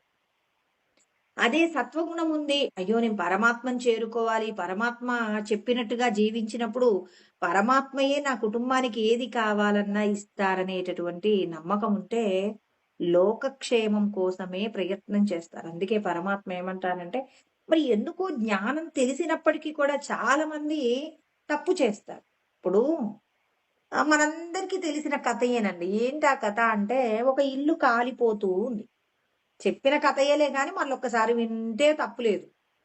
ఒక పసి పాప, మరి చాలా డబ్బు, బంగారము, డబ్బు, తర్వాత ఆస్తిపాస్తులు అన్నీ ఉన్నాయి. తర్వాత భగవంతుడి ఫోటో. నువ్వు రోజు లేచినప్పటి నుంచి పడుకునేంత వరకు రోజు నీకు ఒక స్వరూపం, దైవ స్వరూపం ఇష్టం. ఆ దైవ స్వరూపాన్ని లేవగానే చూస్తావు, కష్టం వచ్చినప్పుడు చూస్తావు. ఏ సమయంలోనైనా ఆయన రూపము నీ కళ్ళ ముందు ఉంటుంది. ఆ ప్రతిమ ఒకటి నీ ఇంట్లో ఉంటుంది. ఇప్పుడు నీ ఇల్లు కాలిపోతుంది. కాలిపోయేటప్పుడు మరి సరే మీ ఇల్లు కాదులేండి, మా ఇల్లే కాలిపోతుంది. కాలిపోయేటప్పుడు ఏం జరుగుతుందంటే, ఇప్పుడు భగవంతుడు అంటాడు, నీకు ఒక్క పర్మిషన్ ఇస్తాను. ఈ ఇంట్లోకి వెళ్ళి సంపదలు తెచ్చుకుంటావా? మరి పసిబిడ్డను తీసుకొస్తావా? లేకపోతే నువ్వు ఇష్టపడి పూజించే భగవంతుడిని తెచ్చుకుంటావా అంటే, సహజంగా ఎవరైనా ఏమంటారు? అయ్యో సంపదలు పోతే పోయాయి, పసిబిడ్డని తెచ్చుకోవాలి అంటాడు. అలా పసిబిడ్డని తెచ్చుకోవాలి అంటే ఇక్కడ రజోగుణం అంట. రజోగుణ సంబంధం. అంటే భార్యా బిడ్డల మీద మమకారం. లేదు లేదు, ఈ సంపదలు లేకుండా పిల్లల్ని తెచ్చుకో, నేనేం చేసుకోను. సంపదలు కావాలి అంటే అది తమో గుణం అంటే. వెళ్ళి సంపదలు తెచ్చుకుంటాడు. ఇక పూర్ణమైన సత్వగుణం ఉన్న వాళ్ళు ఏం చేస్తారంటే, నేను పూజించేటటువంటి ఈశ్వర ప్రతిమను తెచ్చుకుంటాను. ఈశ్వరుడొక్కడు నా వెంట వస్తే ఈ ఇల్లు కాలిపోకుండా పరమాత్మ ఆపగలడు అనేటటువంటి నమ్మకం ఉంటే వీడేం చేస్తాడు? గబగబా పరిగెత్తుకుంటూ వెళ్ళిపోయి ఈశ్వరుడి ప్రతిమను తెచ్చుకుంటాడు. ఇప్పుడు ఈశ్వరుడి ప్రతిమను తెచ్చుకున్నాడంటే ఈశ్వరుడి మీద తనకున్నటువంటి అవ్యాజ్యమైనటువంటి భక్తికి ఈశ్వరుడు ఏం చేస్తారు? ఆ ఇల్లు కాలిపోకుండా, ఆ సంపదలు కాలిపోకుండా, పసిబిడ్డడు ఇబ్బంది పడకుండా బాగు చేయగలిగిన శక్తి నువ్వు పూజించేటటువంటి భగవంతుడికి ఉంది అని నమ్మితే నువ్వు ఎవరి కోసం ప్రయత్నం చేస్తావు? ఈశ్వరుడికి ప్రయత్నం చేస్తావు. చాలా మంది ఏమంటారంటే, అయ్యో ఈశ్వరుడు అంతటా ఉన్నారంటారు కదా, మళ్ళీ ఈశ్వరుడి ఫోటో కోసం ప్రత్యేకంగా నువ్వు ఆ ఫోటో తెచ్చుకోవడం ఎందుకు అని చెప్పేసి చాలా మంది మాట్లాడతారు. కానీ భగవంతుడు నీకు పరీక్ష పెట్టాడండి. నాకు సంపదలు వద్దు స్వామి, పిల్ల వద్దు, ఎవ్వరు వద్దు. నువ్వొక్కడివి ఉంటే సమస్తము నా వెంట ఉంటుంది. నువ్వు అన్నింటినీ నాకివ్వగలవు. నాకేదైనా ఇవ్వగలిగింది, ఇచ్చేది, నిలబెట్టేది సమస్తము నువ్వే అని ఆ ఈశ్వరుడి పాదాలు గనక మనం పట్టుకోగలిగితే సమస్తం ఉంటాయి. అదే నాకు అనిపిస్తుందండి. ఎంతటి శాస్త్రం ఉంటుంది, శాస్త్రాన్ని లోకానికి పంచుతుంటారు కానీ, మరి సంపదలు, వ్యామోహాల దగ్గరకొచ్చేసరికి భార్యా బిడ్డల మీదున్న మమకారం ఏం చేస్తుందంటే, ఆ మమకారము తెలుసుకున్న జ్ఞానాన్ని లోకానికి పంచటంలో, తర్వాత తాము చేసే కర్మలలో శ్రేష్టతను పోగొట్టుకుంటారు. అలా పోగొట్టుకోవడం అంటే భగవంతుడి యొక్క అనుగ్రహం పోగొట్టుకోవడమే. భగవంతుడి యొక్క అనుగ్రహం పోయిందంటే నీ భార్య, బిడ్డలు నీతో ఇవాళ ఎవరి కోసమో నా బిడ్డలు, నా కొడుకులు, నా పిల్లలని పరిగెడతాం. ఒక రోజున ఆ పిల్లలు నిన్ను బయటికి నెట్టివేసిన రోజున అప్పుడు భగవంతుడు గుర్తొస్తే మాత్రం కాపాడతాడా? ఖచ్చితంగా కాపాడడు.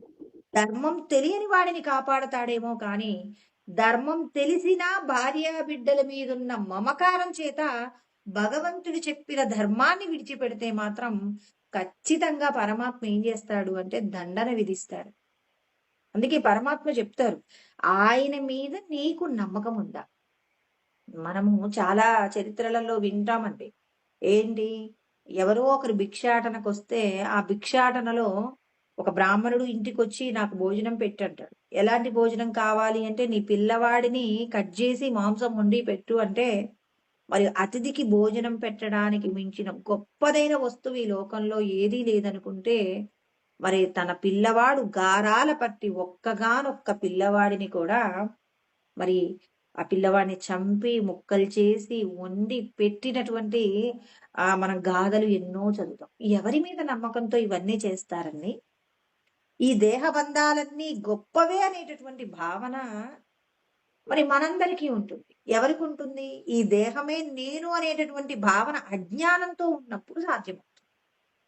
నేను ఈ దేహం కాదు, దేహంలో ఉన్న సచ్చిదానంద స్వరూపమే. ఈ శరీరాలన్నీ కూడా కేవలం మిథ్య. ఈ శరీరాలతో మనం చేసేటటువంటి కర్మలలో వచ్చేటటువంటి ఫలితం ఏమీ ఉండదు, జీరో. కానీ ఈ దేహంతో మనం సాధించవలసినటువంటి గొప్ప సత్యం నీ లోపట ఉన్నటువంటి అంటే ఈ శరీరం లోపట ఉన్నటువంటి సచ్చిదానందుణ్ణి విడిపించగలిగిన ప్రయత్నం చేయవచ్చు. అంటే మనల్ని మనం విడిపించుకోవడానికి చేయవలసిన ప్రయత్నం ఎలాంటి ప్రయత్నం చేయాలి? దేహబంధాలన్నీ కూడా నామమాత్రమైనవి. నామమాత్రమైన విషయాల కోసం భగవంతుడు చెప్పిన ధర్మాన్ని విడిచిపెట్టినప్పుడు పరమాత్మ యొక్క అనుగ్రహాన్ని కోల్పోతాం. అందుకే పరమాత్మ చెప్తూ ఉన్నారు అందరికీ కూడా, మీరందరూ గుణముల యొక్క కర్మముల యొక్క విభజన గనక మీరు తెలుసుంటే, కృష్ణ పరమాత్మ గుణ కర్మముల గురించినటువంటి విభజనను బాగా అర్థం చేసుకున్నటువంటి వాళ్ళను తత్వవిత్ అంటున్నారు.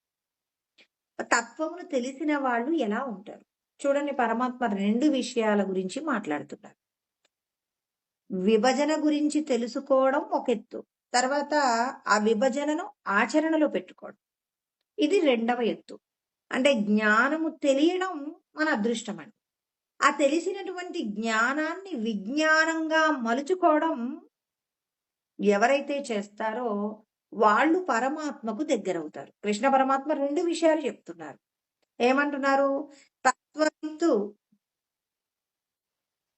మహాబాహో గుణకర్మ విభాగయోహ. గుణకర్మముల యొక్క విభజన గురించి బాగుగా తెలుసుకున్నటువంటి వాళ్ళని తత్వవిత్ అన్నారు. గుణా గుణేషు వర్తంత అంటే గుణములు గుణములతో కూడి ప్రవర్తిస్తున్నాయని, ఆ కర్మముల యందు ఆసక్తిని పెంచుకోకుండా ఎవరైతే ప్రవర్తిస్తారో ఆ ప్రవర్తించినటువంటి వారు మాత్రమే భగవంతుడికి దగ్గరవుతారు. ఇక్కడ పరమాత్మ చెప్పిన విషయాలు చూడండి. గుణా గుణేషు వర్తంత అంటే గుణములంటే ఏంటి? సత్వగుణము, రజోగుణం, తమో గుణంతో కూడి మనము ఏం చేస్తున్నాం? ఇంద్రియాలను వినియోగించుకుంటామండి. అంటే ఇప్పుడు నాకు ఒక వస్తువును పొందాలి అన్నప్పుడు నేను ఏ గుణముతో ఆ వస్తువును పొందుతున్నానో నీ అంతట నువ్వు తెలుసుకొని ఏం చేయాలి? ఇప్పుడు నాకు రోడ్డు మీద వెళ్తూ ఉన్నప్పుడు ఏదో ఒక 5,000 రూపాయలు కనపడ్డాయండి. ఎవరో రోడ్డు మీద పడేసుకొని వెళ్ళారు. ఇప్పుడు నేను ఆ వస్తువుని చూడగానే అబ్బా 5,000 అనుకున్నాను అనుకోండి. అనుకోని ఇప్పుడు ఆ వస్తువుని నేను తీసుకోకుండా కొద్దిసేపు ఆలోచించుకుంటున్నాను. ఇప్పుడు ఈ డబ్బుని నేను సంపాదించలేదు. శాస్త్రం తెలుసనుకుంటున్నాను. మరి ఇప్పుడు ఈ డబ్బు నేను సంపాదించినప్పుడు ఈ డబ్బు నేను తీసుకున్నాను. ఇప్పుడు మన వస్తువును మనం తెచ్చుకున్నామనుకోండి ఏమవుతుందిప్పుడు? ఇప్పుడు ఆ వస్తువుని తీసుకుంటే నేను పాపం అనుభవించవలసి వస్తుంది. పాపం అనుభవించవలసి వస్తుంది అనన్నప్పుడు నేనేం చేస్తాను? ఇప్పుడు ఈ డబ్బును ముట్టుకోకుండా ఉంటాను. అంటే లోపట ఏం జరిగింది? కొద్దిసేపు ఆలోచన జరిగింది. డబ్బు చూడగానే ఎంతటి వాడికైనా ఏమవుతుందంటే వ్యామోహంలో పడిపోతాడు. కానీ శాస్త్రం తెలియడం వల్ల ప్రయోజనం ఏంటి? నేను ఈ డబ్బును వాడుకుంటే ఇప్పటికిప్పుడు ఆనందం పొందగలను కానీ, ఏదో ఒక సందర్భంలో భగవంతుడు నాకేం జేస్తారు? నాకు, నా కుటుంబానికి శిక్ష వేస్తారు. ఆ శిక్ష వల్ల నేననుభవించే కష్టం చాలా గొప్పగా ఉంటుందనే ఆలోచన వచ్చిందనుకోండి, ఇప్పుడు ఆ ఆలోచనతో ఏం చేశాను నేను? ఆ డబ్బు తీసుకోకుండా ఉన్నా. అంటే ఇప్పుడు లోపట ఏంటి? తమోగుణం. అబ్బా! ఈ డబ్బు చూడగానే 5,000 నేనెప్పటినుంచో రూ. 5,000 పట్టు చీర కొనుక్కుందాం అనుకుంటున్నాను. ఇవాళ నాకు 5,000 దొరికాయి. మా ఆయన ఇవ్వాల్సిన అవసరం లేదు నాకు. అని మొదట తమోగుణానికి సంబంధించిన ఆలోచనొచ్చింది. వెంటనే చీరలెందుకు అదంతా ఏం వద్దులే అని జెప్పేసి అనుకున్నప్పుడు మళ్ళీ మనసంటుంది రజోగుణంలోకి వెళ్ళిపోతుంది. వెళ్ళిపోయి అంటుంది, పిల్లలు ఎప్పటినుంచో పండక్కి బట్టలు గావాలంటున్నారు గదా! 5,000తో మంచి బట్టలు కొనొచ్చు అంది. అంటే ఇప్పుడు మనవి కాని డబ్బులతో మనం ఇవాళ ఆ పిల్లలకి బట్టలు కొనిచ్చినా దానివల్ల ఏం ప్రయోజనం ఉంది అన్నామనుకోండి. దీనివల్ల లాభం కంటే నష్టమే ఎక్కువగా ఉంది. మరి మనకి ఈ 5,000 వచ్చాయని చెప్పేసి మనం ఎవరి సంపదనో ఖర్చు పెట్టుకుంటే, మరి మనకేదైనా ప్రమాదాలు జరిగితే 5కు 10 రెట్లు రూ. 50,000 నష్టం వచ్చే అవకాశాలున్నాయని శాస్త్రం చెప్తుంది. మనం ఈ డబ్బు తీసుకోవడం అవసరమా? అంటే ఇప్పుడు మళ్ళీ మనసేం చేస్తుందంటే మెట్టు ఎక్కి దిగిందండి మళ్ళా. తమో గుణంలోంచి రజోగుణంలోకొచ్చింది. రజోగుణంలో నుంచి సత్వగుణంలోకొస్తుందనమాట. ఇప్పుడు సత్వగుణంలోకొచ్చేసి ఈ రూ. 5,000 మనం అనాథ శరణాలయం ఉంది గదా! మరి ఎవరైనా వచ్చి అడిగితే ఇచ్చేద్దాము. లేకపోతే ఈ రూ. 5,000 మన దేవాలయంలో ప్రతి గురువారం రోజు సాయిబాబా గుడిలో భోజనాలు పెడుతుంటారు గదా! ఈ రూ. 5,000 అక్కడిస్తే కనీసం కొంతమందికి భోజనాలు పెడతారు గదా! ఈ డబ్బును అలాగైనా మనం వినియోగించొచ్చు. ఒకవేళ మనం ఇలాగే వదిలేసిపోతే ఎవడో దుర్మార్గుడు ఈ డబ్బు తీసుకుంటే? ఇప్పుడు మనసేం జేసింది?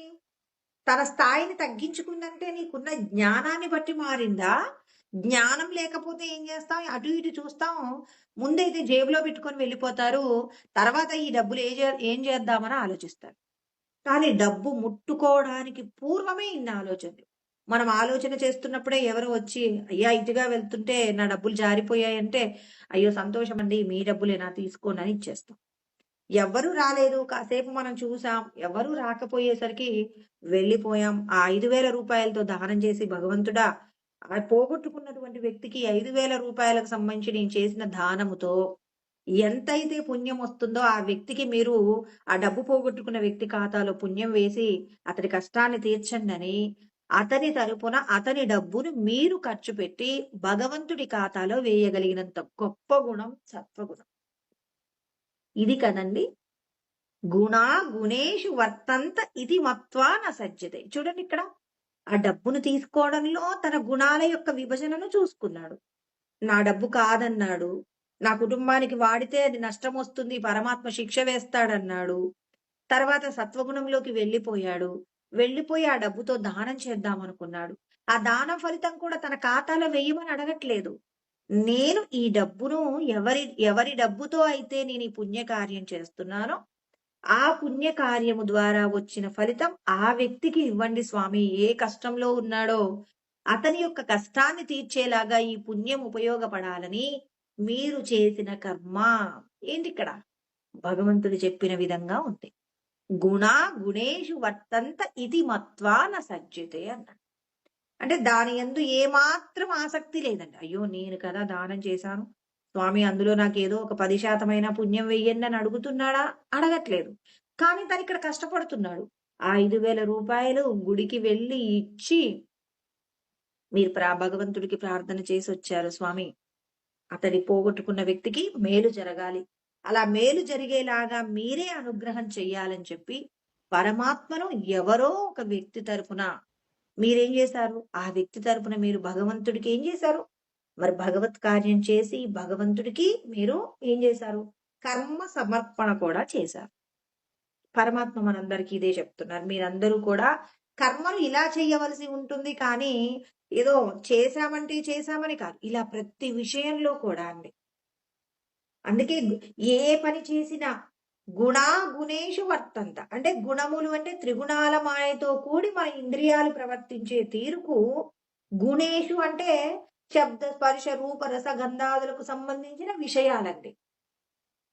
ఇప్పుడు నాలికకు సంబంధించి మనం అనుభవించే సుఖాలు, కంటి ద్వారా చూసేటటువంటి చూపులు, తర్వాత చెవి ద్వారా వినేటటువంటి విషయాలు, ఏవైతే చర్మం ద్వారా అనుభవించే సుఖాలు, ఇలా ప్రతి ఒక్క దానికి సంబంధించే అనుభవించే సుఖాలన్నీ కూడా గుణములతో కూడి ఇంద్రియాలు ప్రవర్తించి మరి విషయ సుఖములను అనుభవిస్తున్నాయని, ఇవన్నీ నాకు సంబంధించినవి కాదు అని చెప్పి మనం వాటి యందు ఆసక్తి లేకుండా ఉండాలి అంటే నీకెంత జ్ఞానం ఉండాలండి? అంటే ఇప్పుడు నేను పులిహోర తింటున్నానండి. నేను పులిహోర తింటున్నానంటే ఎందుకు పులిహోర తింటున్నాను? ఇవాళ పులిహోర కావాలని వండుకొని తిన్నాననుకోండి. ఎందుకు పులిహోర తిన్నాను నేనిప్పుడు? అంటే నాకు పూర్వజన్మకు సంబంధించి, పులుపుకు సంబంధించినటువంటి రుచి అంటే నాకు చాలా ఇష్టం. నా మనసు గుర్తుపెట్టుకుంది. గుర్తుపెట్టుకొని ఇవాళ ఏమడిగింది? నేను పులిహోర తిందాము అని చెప్పేసి మనసు అడగగానే బుద్ధి కూడా ఒప్పుకుంది. ఒప్పుకుంటే ఇప్పుడు నేనేం చేశాను? ఆ ప్రసాదాన్ని అంటే పులిహోరని ఏం చేశాను? ప్రసాదంగా మార్చుకొని తింటున్నాను. అంటే పులిహోర తినాలనేది మనసు యొక్క కోరిక. దాని యొక్క సంస్కారాలలో పులిహోరకు సంబంధించిన వాసనుంది. ఆ వాసనను నేనిప్పుడు తినవచ్చా అంటే తినొచ్చు. ఇబ్బందేమీ లేదు. తినేటప్పుడు ఏం చేస్తున్నావు? భగవంతుడికి ప్రసాదంగా పొద్దున్నే లేచి ఏం చేసాం ఈరోజు దేవుడికి పులిహోర ప్రసాదంగా పెట్టి ఇప్పుడు ఏం చేస్తున్నాం? ఆ ప్రసాదాన్ని మన కుటుంబం అంతా కూడా తింటున్నాం. భగవంతుడు చెప్పిన నియమాల మేర. అంటే ఇక్కడ నేను కోరట్లేదు. పులిహోర నేను కోరలేదు. కానీ కోరినటువంటి పులిహోర, తయారు చేయబడిన పులిహోర ఇప్పుడు ఏం చేస్తున్నాం? దైవ ప్రసాదంగా తీసుకోవడమే గుణాగుణేషు వర్తంత ఇతి మత్వాన సజ్జతే. అంటే దీనికి సంబంధించినటువంటి ఏ విధమైనటువంటి ఆసక్తి అక్కడ లేదు. ప్రసాదం తిన్నాను అంటే ఒక కర్మను ప్రసాద బుద్ధితో స్వీకరించేలాగా చెయ్యాలి. అంటే భగవంతుడికి ఒక్కసారి నివేదన చేసి దేనినైనా స్వీకరించమంటారు. ఒక పని జరుగుతుంది అనంటే ఇప్పుడు అనుకోకుండా మనం ఒక్కొక్కసారి పొరపాటున మాట్లాడుతుంటాం. పొరపాటున చెయ్యకూడనటువంటి కర్మలు చేస్తాం. ఎప్పుడు అంటే శ్రీరాముడు కూడా అరణ్యవాసం వెళ్ళినప్పుడు ఒక రాక్షసుడు సీతమ్మ తల్లిని పట్టుకొని వెళ్తుంటాడు. అలా వెళ్ళేటప్పుడు శ్రీరాముడికి అనిపిస్తుందనమాట. మా కైకమ్మ కోరుకుంది కూడా ఇదేగా. కైకమ్మ నా కొడుకుకి పట్టాభిషేకం చెయ్యి అని అడిగితే బానే ఉంటుంది. కానీ శ్రీరామచంద్రుడు అరణ్యవాసం చెయ్యాలని ఎందుకు కోరుకుందండి? అంటే అరణ్యానికి వెళ్ళినటువంటి వాళ్ళు మళ్ళీ తిరిగి రావడం అనేది జరగదు.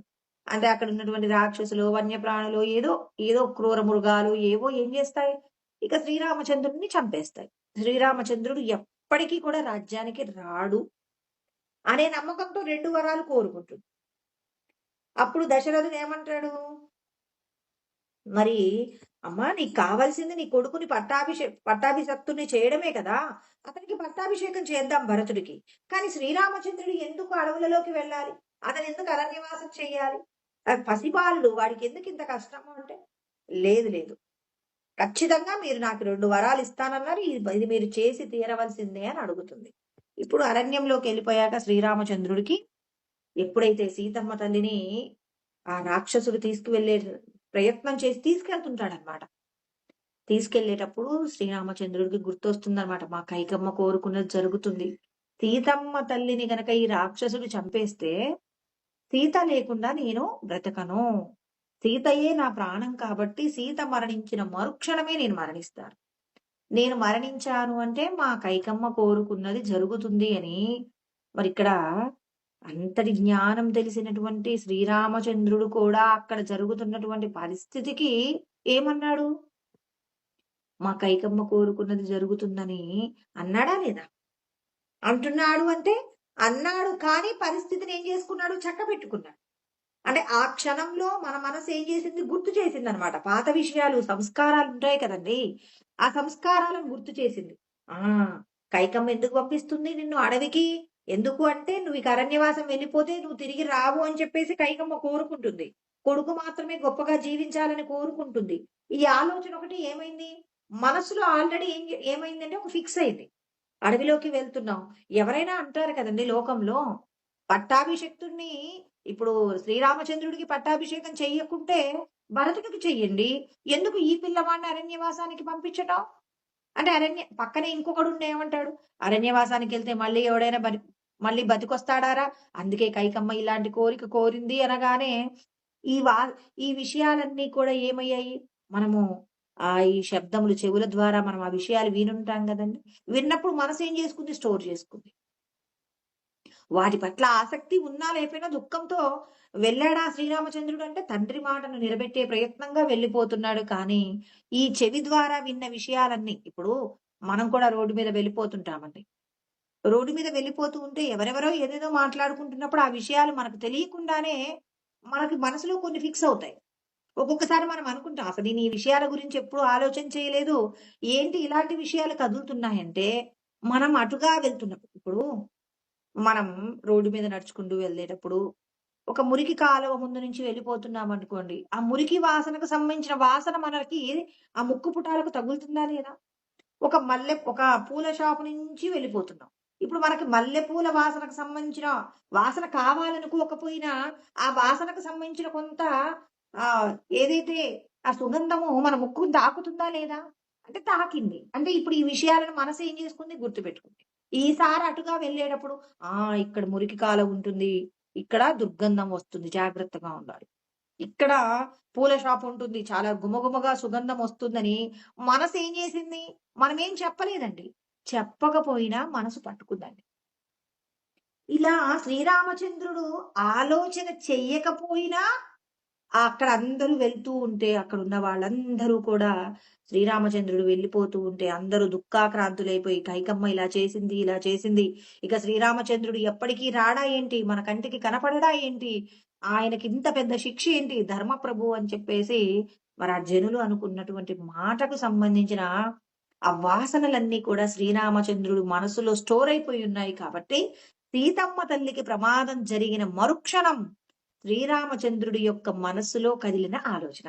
ఎందుకంటే, మనందరిలో 3 గుణాలున్నాయనే మాట ఎప్పుడూ మర్చిపోవద్దు. శ్రీరామచంద్రుడు కూడా మనిషిలాగా ప్రవర్తించాడు కాబట్టి, అతని మీద కూడా 3 గుణాల మాయ ఉందా లేదా? ఉండబట్టే కదండీ మొదటి మాట అనుకున్నాడా లేదా? అనుకున్నాడు కానీ, ఆ మాటని ఏం చేశాడు? దానికి విలువనిచ్చాడా? ఇవ్వలేదు. ఇవ్వకుండా, అప్పుడు తాను చెయ్యవలసిన తక్షణ కర్తవ్యం ఏంటి? సీతమ్మ తల్లిని రక్షించుకునే ప్రయత్నంలో రాక్షసుని చంపేశాడు. రాక్షసుని చంపి సీతమ్మ తల్లిని కాపాడుకున్నాడు. ఏనాడు కైకమ్మ గురించి ఒక్క చెడ్డ మాట కూడా ఎందుకు మాట్లాడలేదు అంటే, మరి కైకమ్మ మరి తనకు ఆ ధనుర్విద్య మొత్తం కూడా నేర్పించింది. అంటే తన యొక్క కర్మలో భాగమే ఇదంతా జరిగింది అని చెప్పేసి శ్రీరామచంద్రుడు ఏం చేశాడు? మరి తన కర్తవ్యాన్ని తాను నెరవేర్చాడు. కాబట్టి ఇక్కడ విషయాలు అంటే శబ్ద, స్పర్శ, రూప, రస, గంధాదులనేవి మన త్రిగుణాల మాయకు సంబంధించినవన్నీ కూడా ఏం జరుగుతుంది? తీసుకుంటూ ఉంటాయన్నమాట. మన ప్రమేయం లేకపోయినా జరిగిపోతుంటాయి. మరిక్కడ దుర్గంధాన్ని పట్టుకోకూడదని, సుగంధాన్ని పట్టుకోవాలని మనమేమైనా ట్రైనింగ్ ఇచ్చామా? లేదు. సహజంగానే మన యొక్క ముక్కుకి ఏం చేస్తుంది? తనకు నచ్చిన వాసన తీసుకుంటుంది. ఇప్పుడు కొంతమంది శవాల పొగని పీల్చే వాళ్ళుంటారు. అంటే ఇప్పుడు మామూలుగా కాటి కాపరి లాంటి వాళ్ళుంటారండి. వాళ్ళకి ఏమంటారు?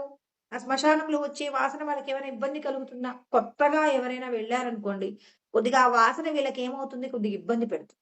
కానీ ఎప్పుడు అక్కడుండేవాడికి దానిలో ప్రత్యేకత ఏమైనా తెలుస్తుందా? ఏమీ తెలీదు. కానీ ఎప్పుడు శ్మశానానికి వెళ్ళనటువంటి వ్యక్తికి మరి మామూలుగా మంట మండేటటువంటి గాలికి అంటే అక్కడొచ్చేటటువంటి ఆ పొగకి ఒక శవం కాలుతున్నప్పుడు వచ్చేటటువంటి ఏదైతే వాసన ఉంటుందో దాని మధ్యలో ఉన్నటువంటి వ్యత్యాసాన్ని గుర్తించొచ్చా లేదా? అంటే ఇక్కడ మన మన ఇంద్రియాలకి ఏముంది అంటే రాగము, ద్వేషము ఉంది. రాగద్వేషం ఉంది అంటే ఇది మంచి, ఇది చెడు అని తెలుసుకోగలుగుతుంది. తెలుసుకోగలిగిన విచారణ. అంటే ఇక్కడ అతనికి కూడా శ్మశానంలో ఉన్నటువంటి వ్యక్తికి కూడా ఆ వ్యత్యాసం తెలుసు. కానీ అతడి యొక్క ఉద్యోగం ఏంటి అంటే మరి అక్కడ ఉన్నటువంటి శ్మశానానికి కాపరిగా ఉన్నాడు కాబట్టి అతనికి ఆ వాసన మొదట్లో ఇబ్బందయింది. తర్వాత ఏమైంది అలవాటుగా మారింది. అంటే అలవాటు చేసుకోవడం మనకొచ్చా రాదా? వచ్చు. అది చెడ్డదైనా, మంచిదైనా. ఒక వ్యక్తి ఇప్పుడు ఇద్దరు పిల్లల్ని పెంచటంలో ఇద్దరు కవల పిల్లలున్నారు. ఒక పిల్లవాడినేమో ఇద్దరు పిల్లలెందుకండి బాగా అందరికీ అర్థమయ్యేదేంటంటే 2 చిలకలనట ఒక వ్యక్తి తీసుకెళ్ళి ఒక ఇంట్లో బ్రాహ్మణుల ఇంట్లో పెంచారట. ఒక చిలుకని తీసుకెళ్ళి ఒక కసాయి వాడింట్లో పెంచారట.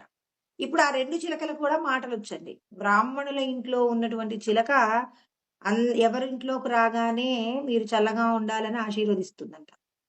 ఈ ఎవరైతే ఈ కసాయి వాడింట్లో పెరిగినటువంటి చిలక వాళ్ళింట్లోకి పోగానే దానికొచ్చినటువంటి వాళ్ళింట్లో వాళ్ళు మాట్లాడేటటువంటి మాటలన్నీ మీరు బాగుండకూడదు, మీరు నాశనం కావాలి, ఇలా రకరకాల మాటలన్నీ కూడా ఆ చిలక మాట్లాడుతుందట.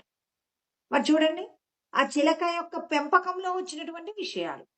మరి ఆ చిలకలు 2 కూడా మరి ఒకే ఇంటి నుంచి వెళ్ళడం జరిగింది. కానీ మరి ఈ పక్షుల యొక్క తీరు మారిపోయింది. ఎందుకు మారిపోయింది? ఒకే తల్లి కడుపులో నుంచి పుట్టినటువంటి అంటే మరి ఒకే తల్లి సంతానం ద్వారా వచ్చిన 2 పిల్లలు వేరు వేరు ప్రవర్తన ఎందుకున్నాయి అంటే అక్కడ పరిసరాలు. అందుకే భగవంతుడు ఏమంటున్నారు? ఈ జన్మ ప్రయత్నము ముఖ్యమండి అంటున్నాడు. కృష్ణ పరమాత్మ ఇదే మాట చెప్తున్నాడు మనందరికీ కూడా.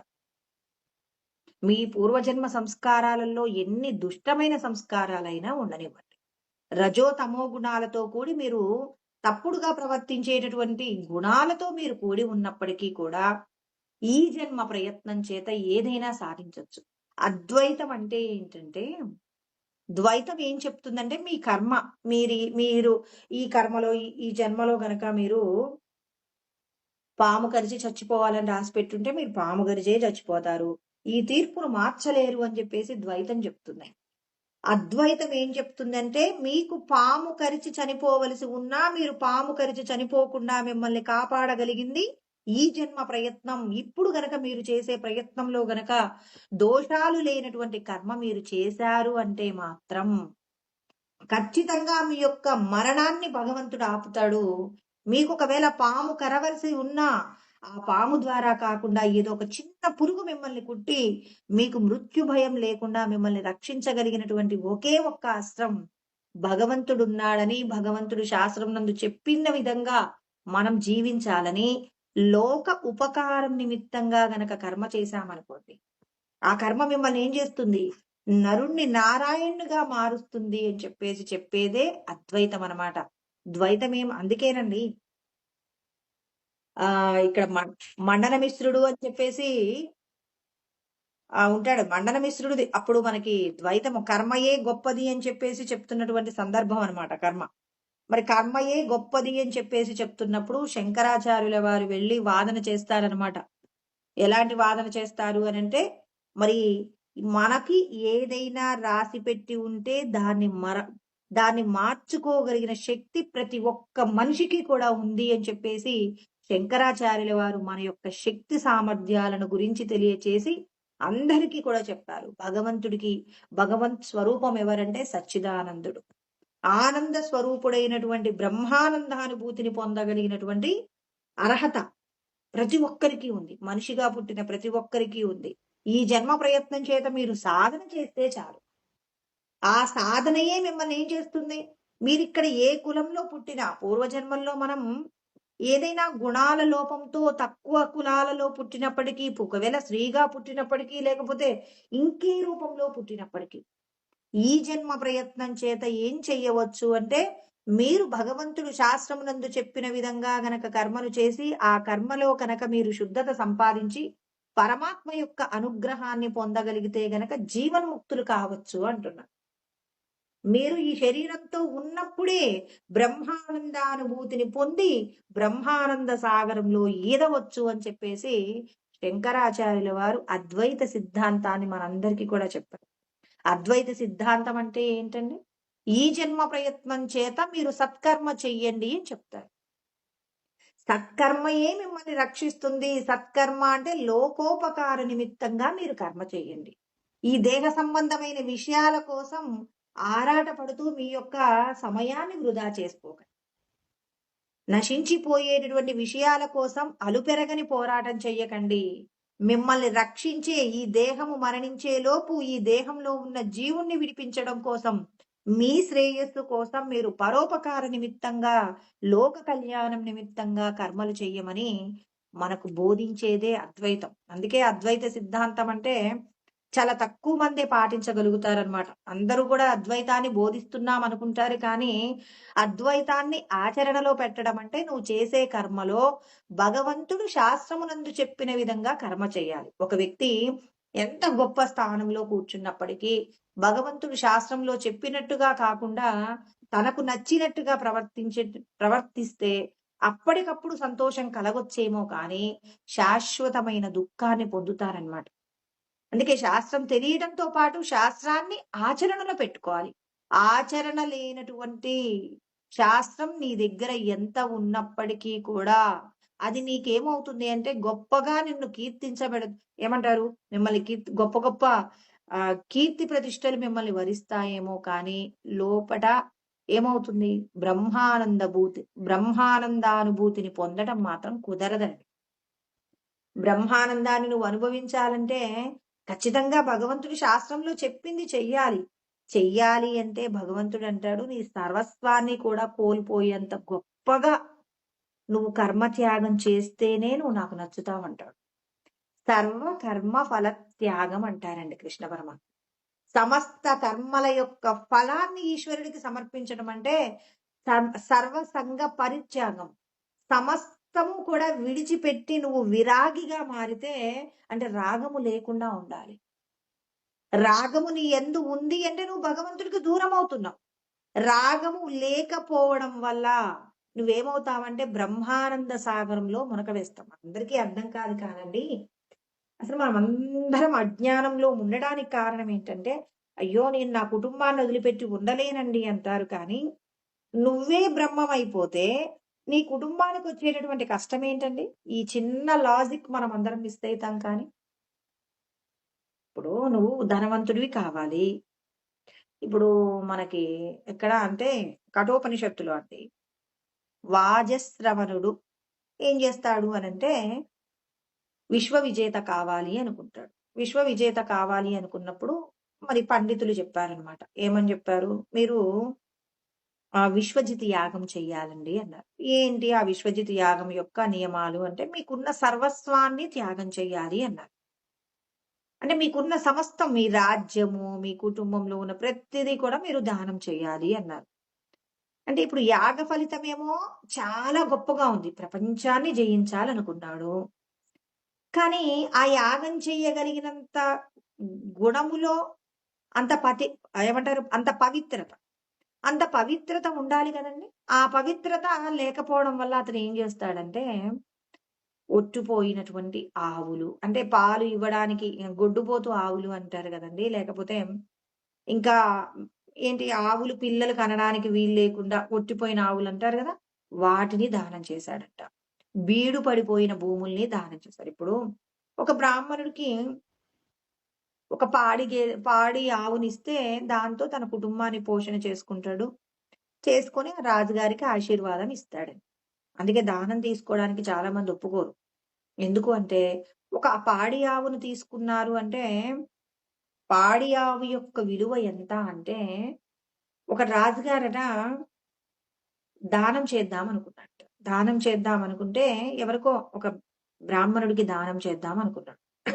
దానం చేద్దాం అనుకున్నప్పుడు, మరి స్వామి నాకున్న రాజ్యానంతా కూడా మీకు దానం చేస్తాను అంటే, లేదు లేదు నీ రాజ్యానికి సరిపోయేంత గొప్పదైన వస్తువుని నాకొక్కటి దానం చేయి నాయనా, నీ రాజ్యం నాకు అవసరం లేదంటారట. అతనికి ఏమివ్వాలో అర్థం కావట్లేదు. నా రాజ్యానికి సరిపోయే, అంటే నా రాజ్యంతో సమానమైన స్థాయి కలిగినటువంటి వస్తువు నా దగ్గర ఏముంది స్వామి, నేను ఇస్తే నా రాజ్యాన్ని ఇస్తాను, రాజ్యంలో ఉన్న ప్రతి అంశాన్ని ఇచ్చేస్తాను. అంతేకాని నా దగ్గర రాజ్యంతో సరిపోయేంత గొప్పదైన వస్తువు ఏముంది అన్నప్పుడు, వాళ్ళకు ఉన్నటువంటి వంశ గురువు చెప్తాడట, కుల గురువు వచ్చి చెప్తారట, నాయన ఆ బ్రాహ్మణుడు నీ నుంచి కోరుకునేది ఏమీ లేదయ్యా, ఒక ఆవుని ఇవ్వమంటున్నాడు. అంటే ఆవుకి నీకున్నటువంటి రాజ్యము కంటే కూడా గొప్పదైనటువంటి మరి శక్తి ఉందట. అంటే రాజ్యమా? ఆవా? అంటే ఆవు అంటే అష్టలక్ష్ములు ఉంటారండి. సమస్త దేవతలకు నెలవు ఎవరు అంటే ఆవండి. అందుకే గోమాత. మరి ఆ గోమాతనొక్కదాన్ని ఇస్తే నీవు ఇచ్చినటువంటి రాజ్యము కంటే కూడా గొప్పదైనటువంటి దానం చేసిన వాడివవుతావు అన్నారంటే, ఇక్కడ చూడండి ఎంత అంటే ఆ గోవుని తీసుకున్నప్పుడు ఆ బ్రాహ్మణుడు తన ఖాతాలోంచి కొంత పుణ్యాన్ని అతనికి ఇస్తున్నాడంటే, తాను చేసిన పుణ్యాన్నంతా కూడా మరి ఆ రాజుగారికి అప్పజెప్తుంది. ఎవరైతే మనకు దానం చేస్తున్నారో, ఇప్పుడు మనం ఎవరికైనా దానం చేస్తున్నామనుకోండి, ఆ వ్యక్తి మనకిచ్చేటటువంటి పుణ్యం అధికంగా ఉంటుంది. అందుకే ఏం చేస్తారు, మరి బ్రాహ్మణులకు ఆ గోదానం చెయ్యండి అంటే, గోదానంలో ఉన్న గొప్పతనం ఏంటంటే, మరి ఒక రాజ్యాన్ని ఇచ్చినప్పటికీ కూడా ఆవుతో సమానం కాలేదట. గోమాతతో సమానం కాలేదట. మరి దానికి ఆ బ్రాహ్మణుడు కూడా తాను పుట్టినప్పటి నుంచి తాను చేసినటువంటి సత్కార్యాలలో అంటే ఎన్నో గొప్పదైన కార్యాలు చేస్తేనే కదండీ పుణ్యం అయ్యేది. ఆ పుణ్యాన్ని ఏం చేస్తాడు? ఎవరైతే దానం చేస్తున్నారో, ఆ దానం చేసినటువంటి వారికి ఇతని యొక్క పుణ్యం పోతుందనమాట. అందుకే మరి ఇక్కడ వాజశ్రవణుడు ఏం చేస్తున్నాడు? ఒట్టిపోయిన ఆవులన్నీ ఇస్తూ ఉన్నాడు. మరి పనికిరాని భూములన్నీ ఇస్తున్నాడు. ఈ విషయాన్ని గమనించినటువంటి నచికేతుడు, అయ్యో! మా నాన్నగారికి పెను ప్రమాదం రాబోతుంది. విశ్వాన్ని జయించాలి అనుకున్నాడు. విశ్వాన్ని జయించాలి అంటే తన గుణములను జయించాలనేటటువంటి జ్ఞానం కోల్పోయాడు మా నాన్న. అంతే కదండీ!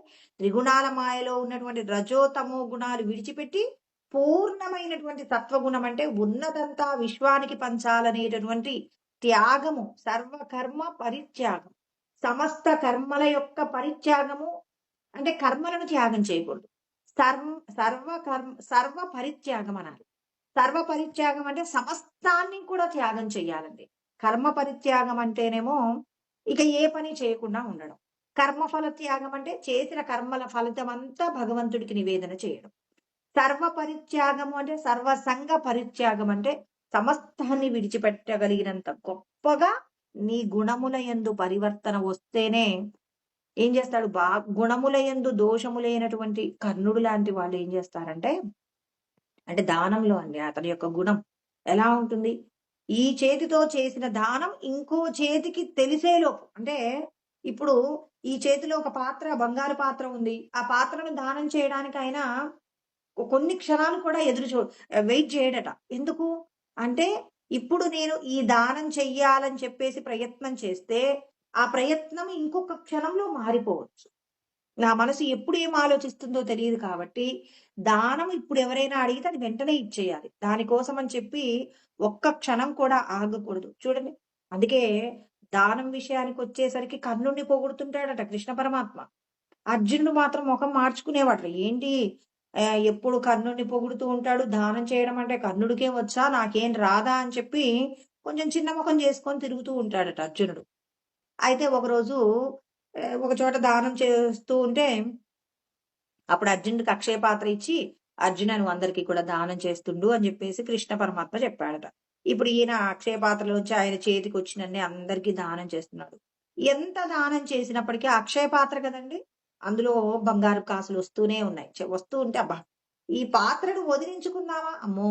అక్షయ పాత్ర ఎవరికిస్తామని చెప్పేసి అలా పట్టుకొని అందరికీ ఇస్తూ ఉన్నాడట. ఈ లోపల కర్ణుడొచ్చాడట. కర్ణుడొస్తే కర్ణుడిని పిలిచి అర్జునుడికి విసుగొచ్చిందండి. కర్ణ ఇదిగో నువ్వు దానం చెయ్యి. ఆయనైతే ఎలా దానం చేస్తాడో చూద్దామని ఎప్పుడు కర్ణుడిని పొగుడుతుంటాడు కృష్ణ పరమాత్మ అని చెప్పేసి కర్ణుడికిస్తే కర్ణుడు కాసేపు దానం చేసి ఇప్పుడు ఆ పాత్రను కూడా ఎవరికో ఇచ్చేస్తాడు. అర్జునుడు చెయ్యలేని పని కర్ణుడు చేశాడండి. అంటే దాని మీద ఏమాత్రం వ్యామోహం లేదు. అర్జునుడు ఏం ఆలోచించాడు? అయ్యో! ఇది అక్షయ పాత్ర కదా! వీళ్ళకి ఇవ్వొచ్చునా? ఇవ్వకూడదునా? అనుకోని. కానీ కర్ణుడికి దానం చేయడంలో తనకి ఏమాత్రం ఆశ ఉండదు. ఆశ లేనటువంటి స్థితి. ఈ స్థితి ఉండాలి వాజశ్రవణుడికి. కానీ ఉందా? లేదు. అందుకే నచికేతుడు ఏం చేస్తాడు? నాన్న మీరు చేసే యాగానికి మరి నన్ను కూడా ఎవరికో ఒకరికి దానం చేయాలి కదా నన్ను ఎవరికి ఇచ్చేస్తారు అన్నప్పుడు ఆయన బాగా రాచ వ్యవహారాలు జరుపుతూ ఉన్నప్పుడు తండ్రి గారిని బాగా విసిగిస్తాడు. విసిగొస్తే కోపం వచ్చి అరే నేను యమధర్మరాజుకి ఇచ్చేస్తానంటాడు కోపంలో. ఇప్పుడు మనం కూడా ఏదైనా కోపంలో ఉన్నప్పుడు ఎవరిని అంటున్నామో ఆలోచన లేకుండా విసుగులో ఉన్నప్పుడు ఏం చేస్తాం? ఏదో ఒక మాట అనేస్తాం. అలాగే వాజిష్ఠవరుడు కూడా అన్నాడట, "అయ్యో! నా కొడుకునేంటి నేనిన్ని సంపాదించేది నా కొడుకు కోసమే. మరి విశ్వజిత్ యాగం చేసి నేను ప్రపంచానికి అధిపతిని కావాలనుకుంటున్నప్పుడు, నా సంపదలన్నింటికి నా కొడుకు గదా వారసుడు. ఇవాళ నా కొడుకుని యమధర్మరాజుకి ఇచ్చారని బాధపడుతున్నా." ఎందుకు ఈ పిల్లవాడు భయపడి వాళ్ళ నాన్నగారిని అంతగా ఇబ్బంది పెట్టాడంటే, మా నాన్న యొక్క గుణములలో పరివర్తన రాకుండా దానం చేస్తానని, యజ్ఞం చేస్తానని ప్రారంభించాడు. ఆ చేసేటటువంటి యజ్ఞములో ఈయన యందు రావాల్సిందేంటి? గుణముల యందు ఉన్నటువంటి ఏదైతే రజో, తమో గుణాల తీవ్రత ఉందో అదంతా పోయి పూర్తిగా అంతటా భగవంతుడున్నాడని తెలుసుకొని ఎవరికి ఏదిచ్చినా నేను ఈశ్వరుడికే ఇచ్చానని గొప్పగా త్యాగం చెయ్యగలిగినంత పరిపక్వత వచ్చి సత్వగుణంతో ప్రకాశించినప్పుడు, సాక్షాత్తు ఈశ్వర స్వరూపంతో ప్రకాశించినప్పుడు మాత్రమే మా నాన్న ఈ యాగం చేయడానికి కావలసిన అర్హత పొందుతాడు. ఇప్పుడు మా నాన్న చేసే దాంట్లో దోషం ఉందని చెప్పి, మరి ఈ పిల్లవాడు యమధర్మరాజు దగ్గరికి వెళ్తాడనమాట. నచికేతుడు కఠోపనిషత్తులు.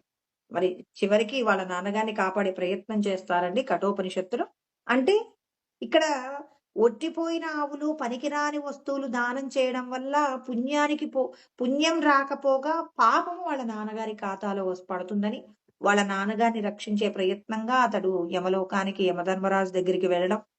తర్వాత యమధర్మరాజు నుంచి కూడా మంచి 2 వరాలు పొంది, ముందుగా మొదట అడిగింది వాళ్ళ నాన్నగారు చేసినటువంటి ఆ తప్పుకి శిక్ష పడకుండా రక్షించండి అని చెప్పేసి యమధర్మరాజుని కోరుకుంటాడనమాట.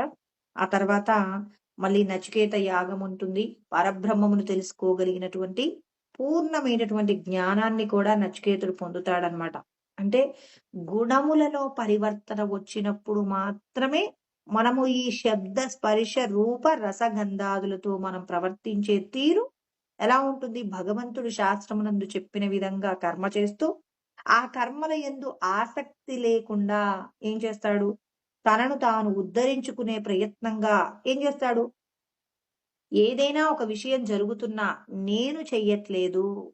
ఇవి గుణాలతో కూడిన ప్రవర్తన. ఇప్పుడు మనకొక వస్తువును చూడగానే మన మనసులో కదిలే ఆలోచనని గమనించాలి.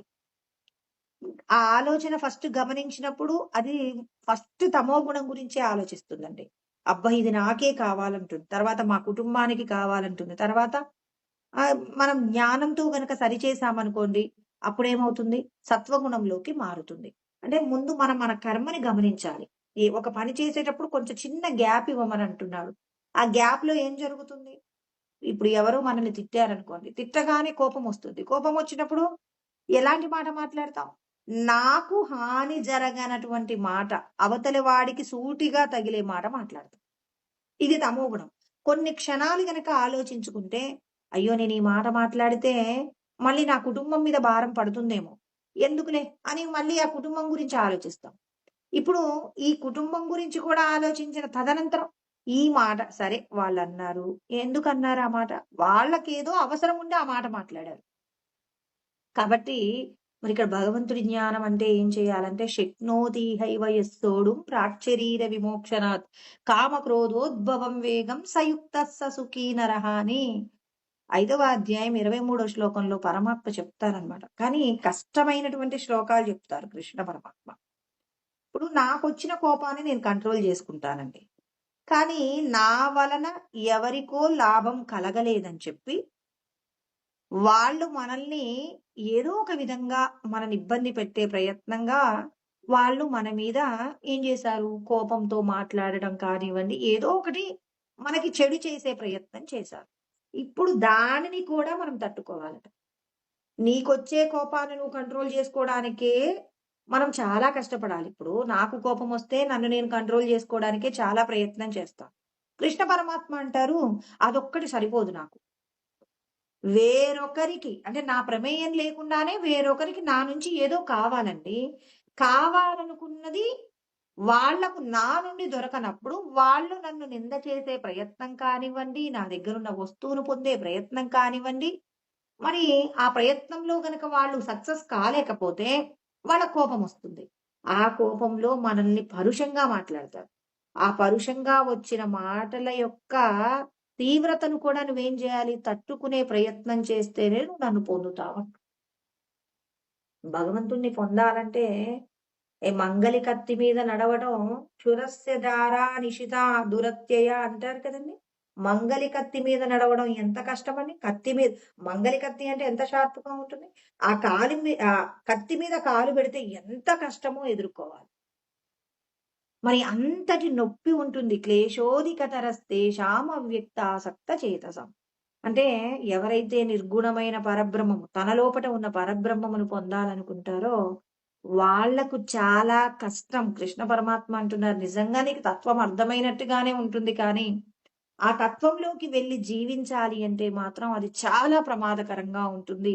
చాలా కష్టంగా ఉంటుంది. ఎంత ధీరత్వం ఉంటే మనం అవతలి వాళ్ళు తిట్టిన మాటలను కూడా తట్టుకోగలిగి నిలబడగలుగుతామండి. అంతే కదా! అది చాలా కష్టం. అందుకే ఎంతటి పండితులు అని పిలిపించుకున్న వాళ్ళు కూడా జారిపోతారనమాట. వాళ్ళకొచ్చిన కోపంలోంచి కాస్త బయటపడే ప్రయత్నం చేస్తారేమో కానీ, సమాజం అన్న తర్వాత మన నుంచి ఎవరో ఏదో కోరుకుంటారు. కోరుకున్న వస్తువులను మనం అందరికీ అన్నీ ఇవ్వగలుగుతామా? ఇప్పుడు మన ఇంటి ముందుకి ఒక భిక్షగాడొచ్చాడండి. అతనికి ఇవాళ మన ఇంట్లో ఏదో వండుకున్నాం, అది పెట్టాం. వాడనుకుంటాడు, వీళ్ళు మంచి పదార్థమే వండుకొని ఉండొచ్చు కదా! వీళ్ళెందుకు నాకు ఈ పదార్థం పెట్టారని వాడు తిడితే, ఇప్పుడు మనకెంత కోపమొస్తుంది? అరె! నువ్వు అడుక్కోడానికొచ్చావు. నన్నెందురా ఇలా అంటున్నావంటే? అది వాడిష్టం గదా! కానీ మనమేం జేస్తాం? పెడుతున్నామనేటటువంటి అధికారంతో మనం వాడిని ఒక మాట అనే ప్రయత్నం చేస్తాం. కానీ భగవంతుడంటాడు, వాడన్న మాటను కూడా నువ్వు తట్టుకోగలిగే శక్తి నువ్వు సంపాదించుకోవాలి అంటాడు. ఎందుకంటే, వాడిలో కూడా నేనే ఉన్నాను కాబట్టి. నీలో ఉన్నది నేనైతే, అతనిలో ఉన్నదెవరు? నేనే కదా! ఇది కదా గుణేషు వర్తంతే ఇతి మత్వాన సజ్జతే అంటే, గుణములు గుణములతో కూడి ప్రవర్తిస్తున్నాయి. వాడేమనుకున్నాడు? మన ఇంట్లో ఏదో మంచి పదార్థం కావాలనుకున్నాడు. మనం వాడు కోరుకున్నది ఇవ్వలేకపోయాం. వాడికి కోపమొచ్చింది. వాడు తిట్టాడు. ఇప్పుడు నీకెందుకు బాధ? వాడడిగింది నువ్వివ్వలేవు. ఇవ్వగలవా పోనీ? ఇవ్వలేవు. ఇవ్వలేనప్పుడు వాడు తిడితే నీకేంటి బాధ? నువ్వు తీసుకోకు. తీసుకోకుండా ఎలా ఉంటావు? వాడికి నేను పెట్టింది ఫ్రీగా కదా! అంటే కాదు కాదు. నిన్ను నువ్వు ఉద్ధరించుకోవడానికి వాడికి నువ్వు పెట్టావు అంతే.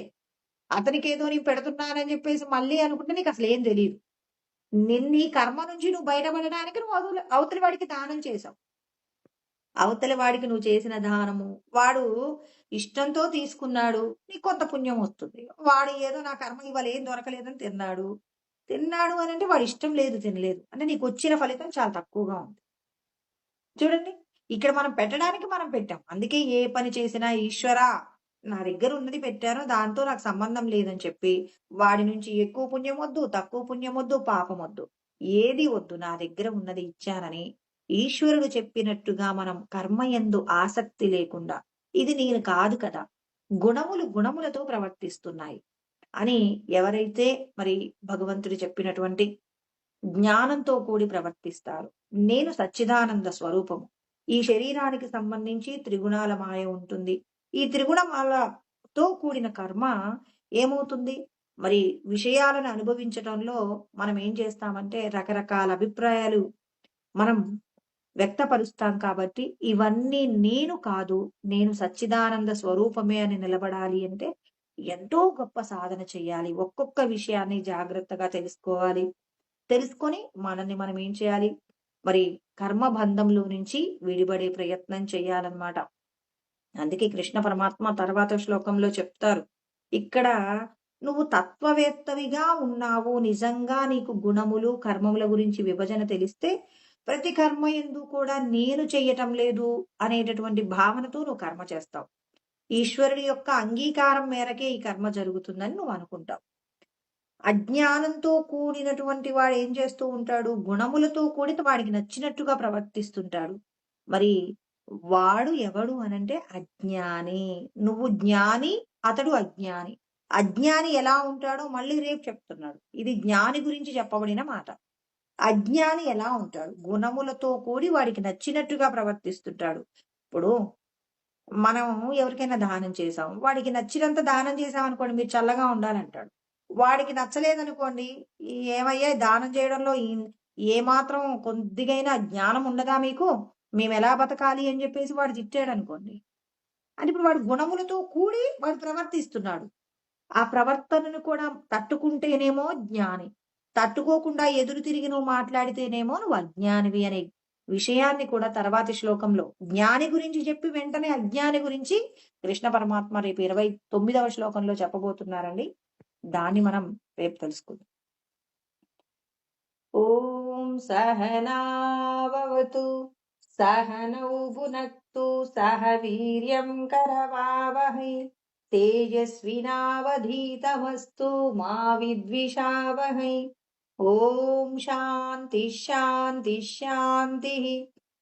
ఓం ఆప్యాయంతు మమాంగాని వాక్ప్రాణచక్షుః శ్రోత్రమతో బలమింద్రియాణి చ సర్వాణి సర్వం బ్రహ్మోపనిషదం మా అహం బ్రహ్మ నిరాకుర్యాం మా బ్రహ్మ నిరాకరణోద నిరాకరణమస్త్వ నిరాకరణం మే అస్తు తదాత్మని నిరతేయా ఉపనిషత్సు ధర్మాస్తే మయి సంతు తే మయి సంతు. ఓం శాంతి శాంతి శాంతి. హరి ఓం. స్వస్తి.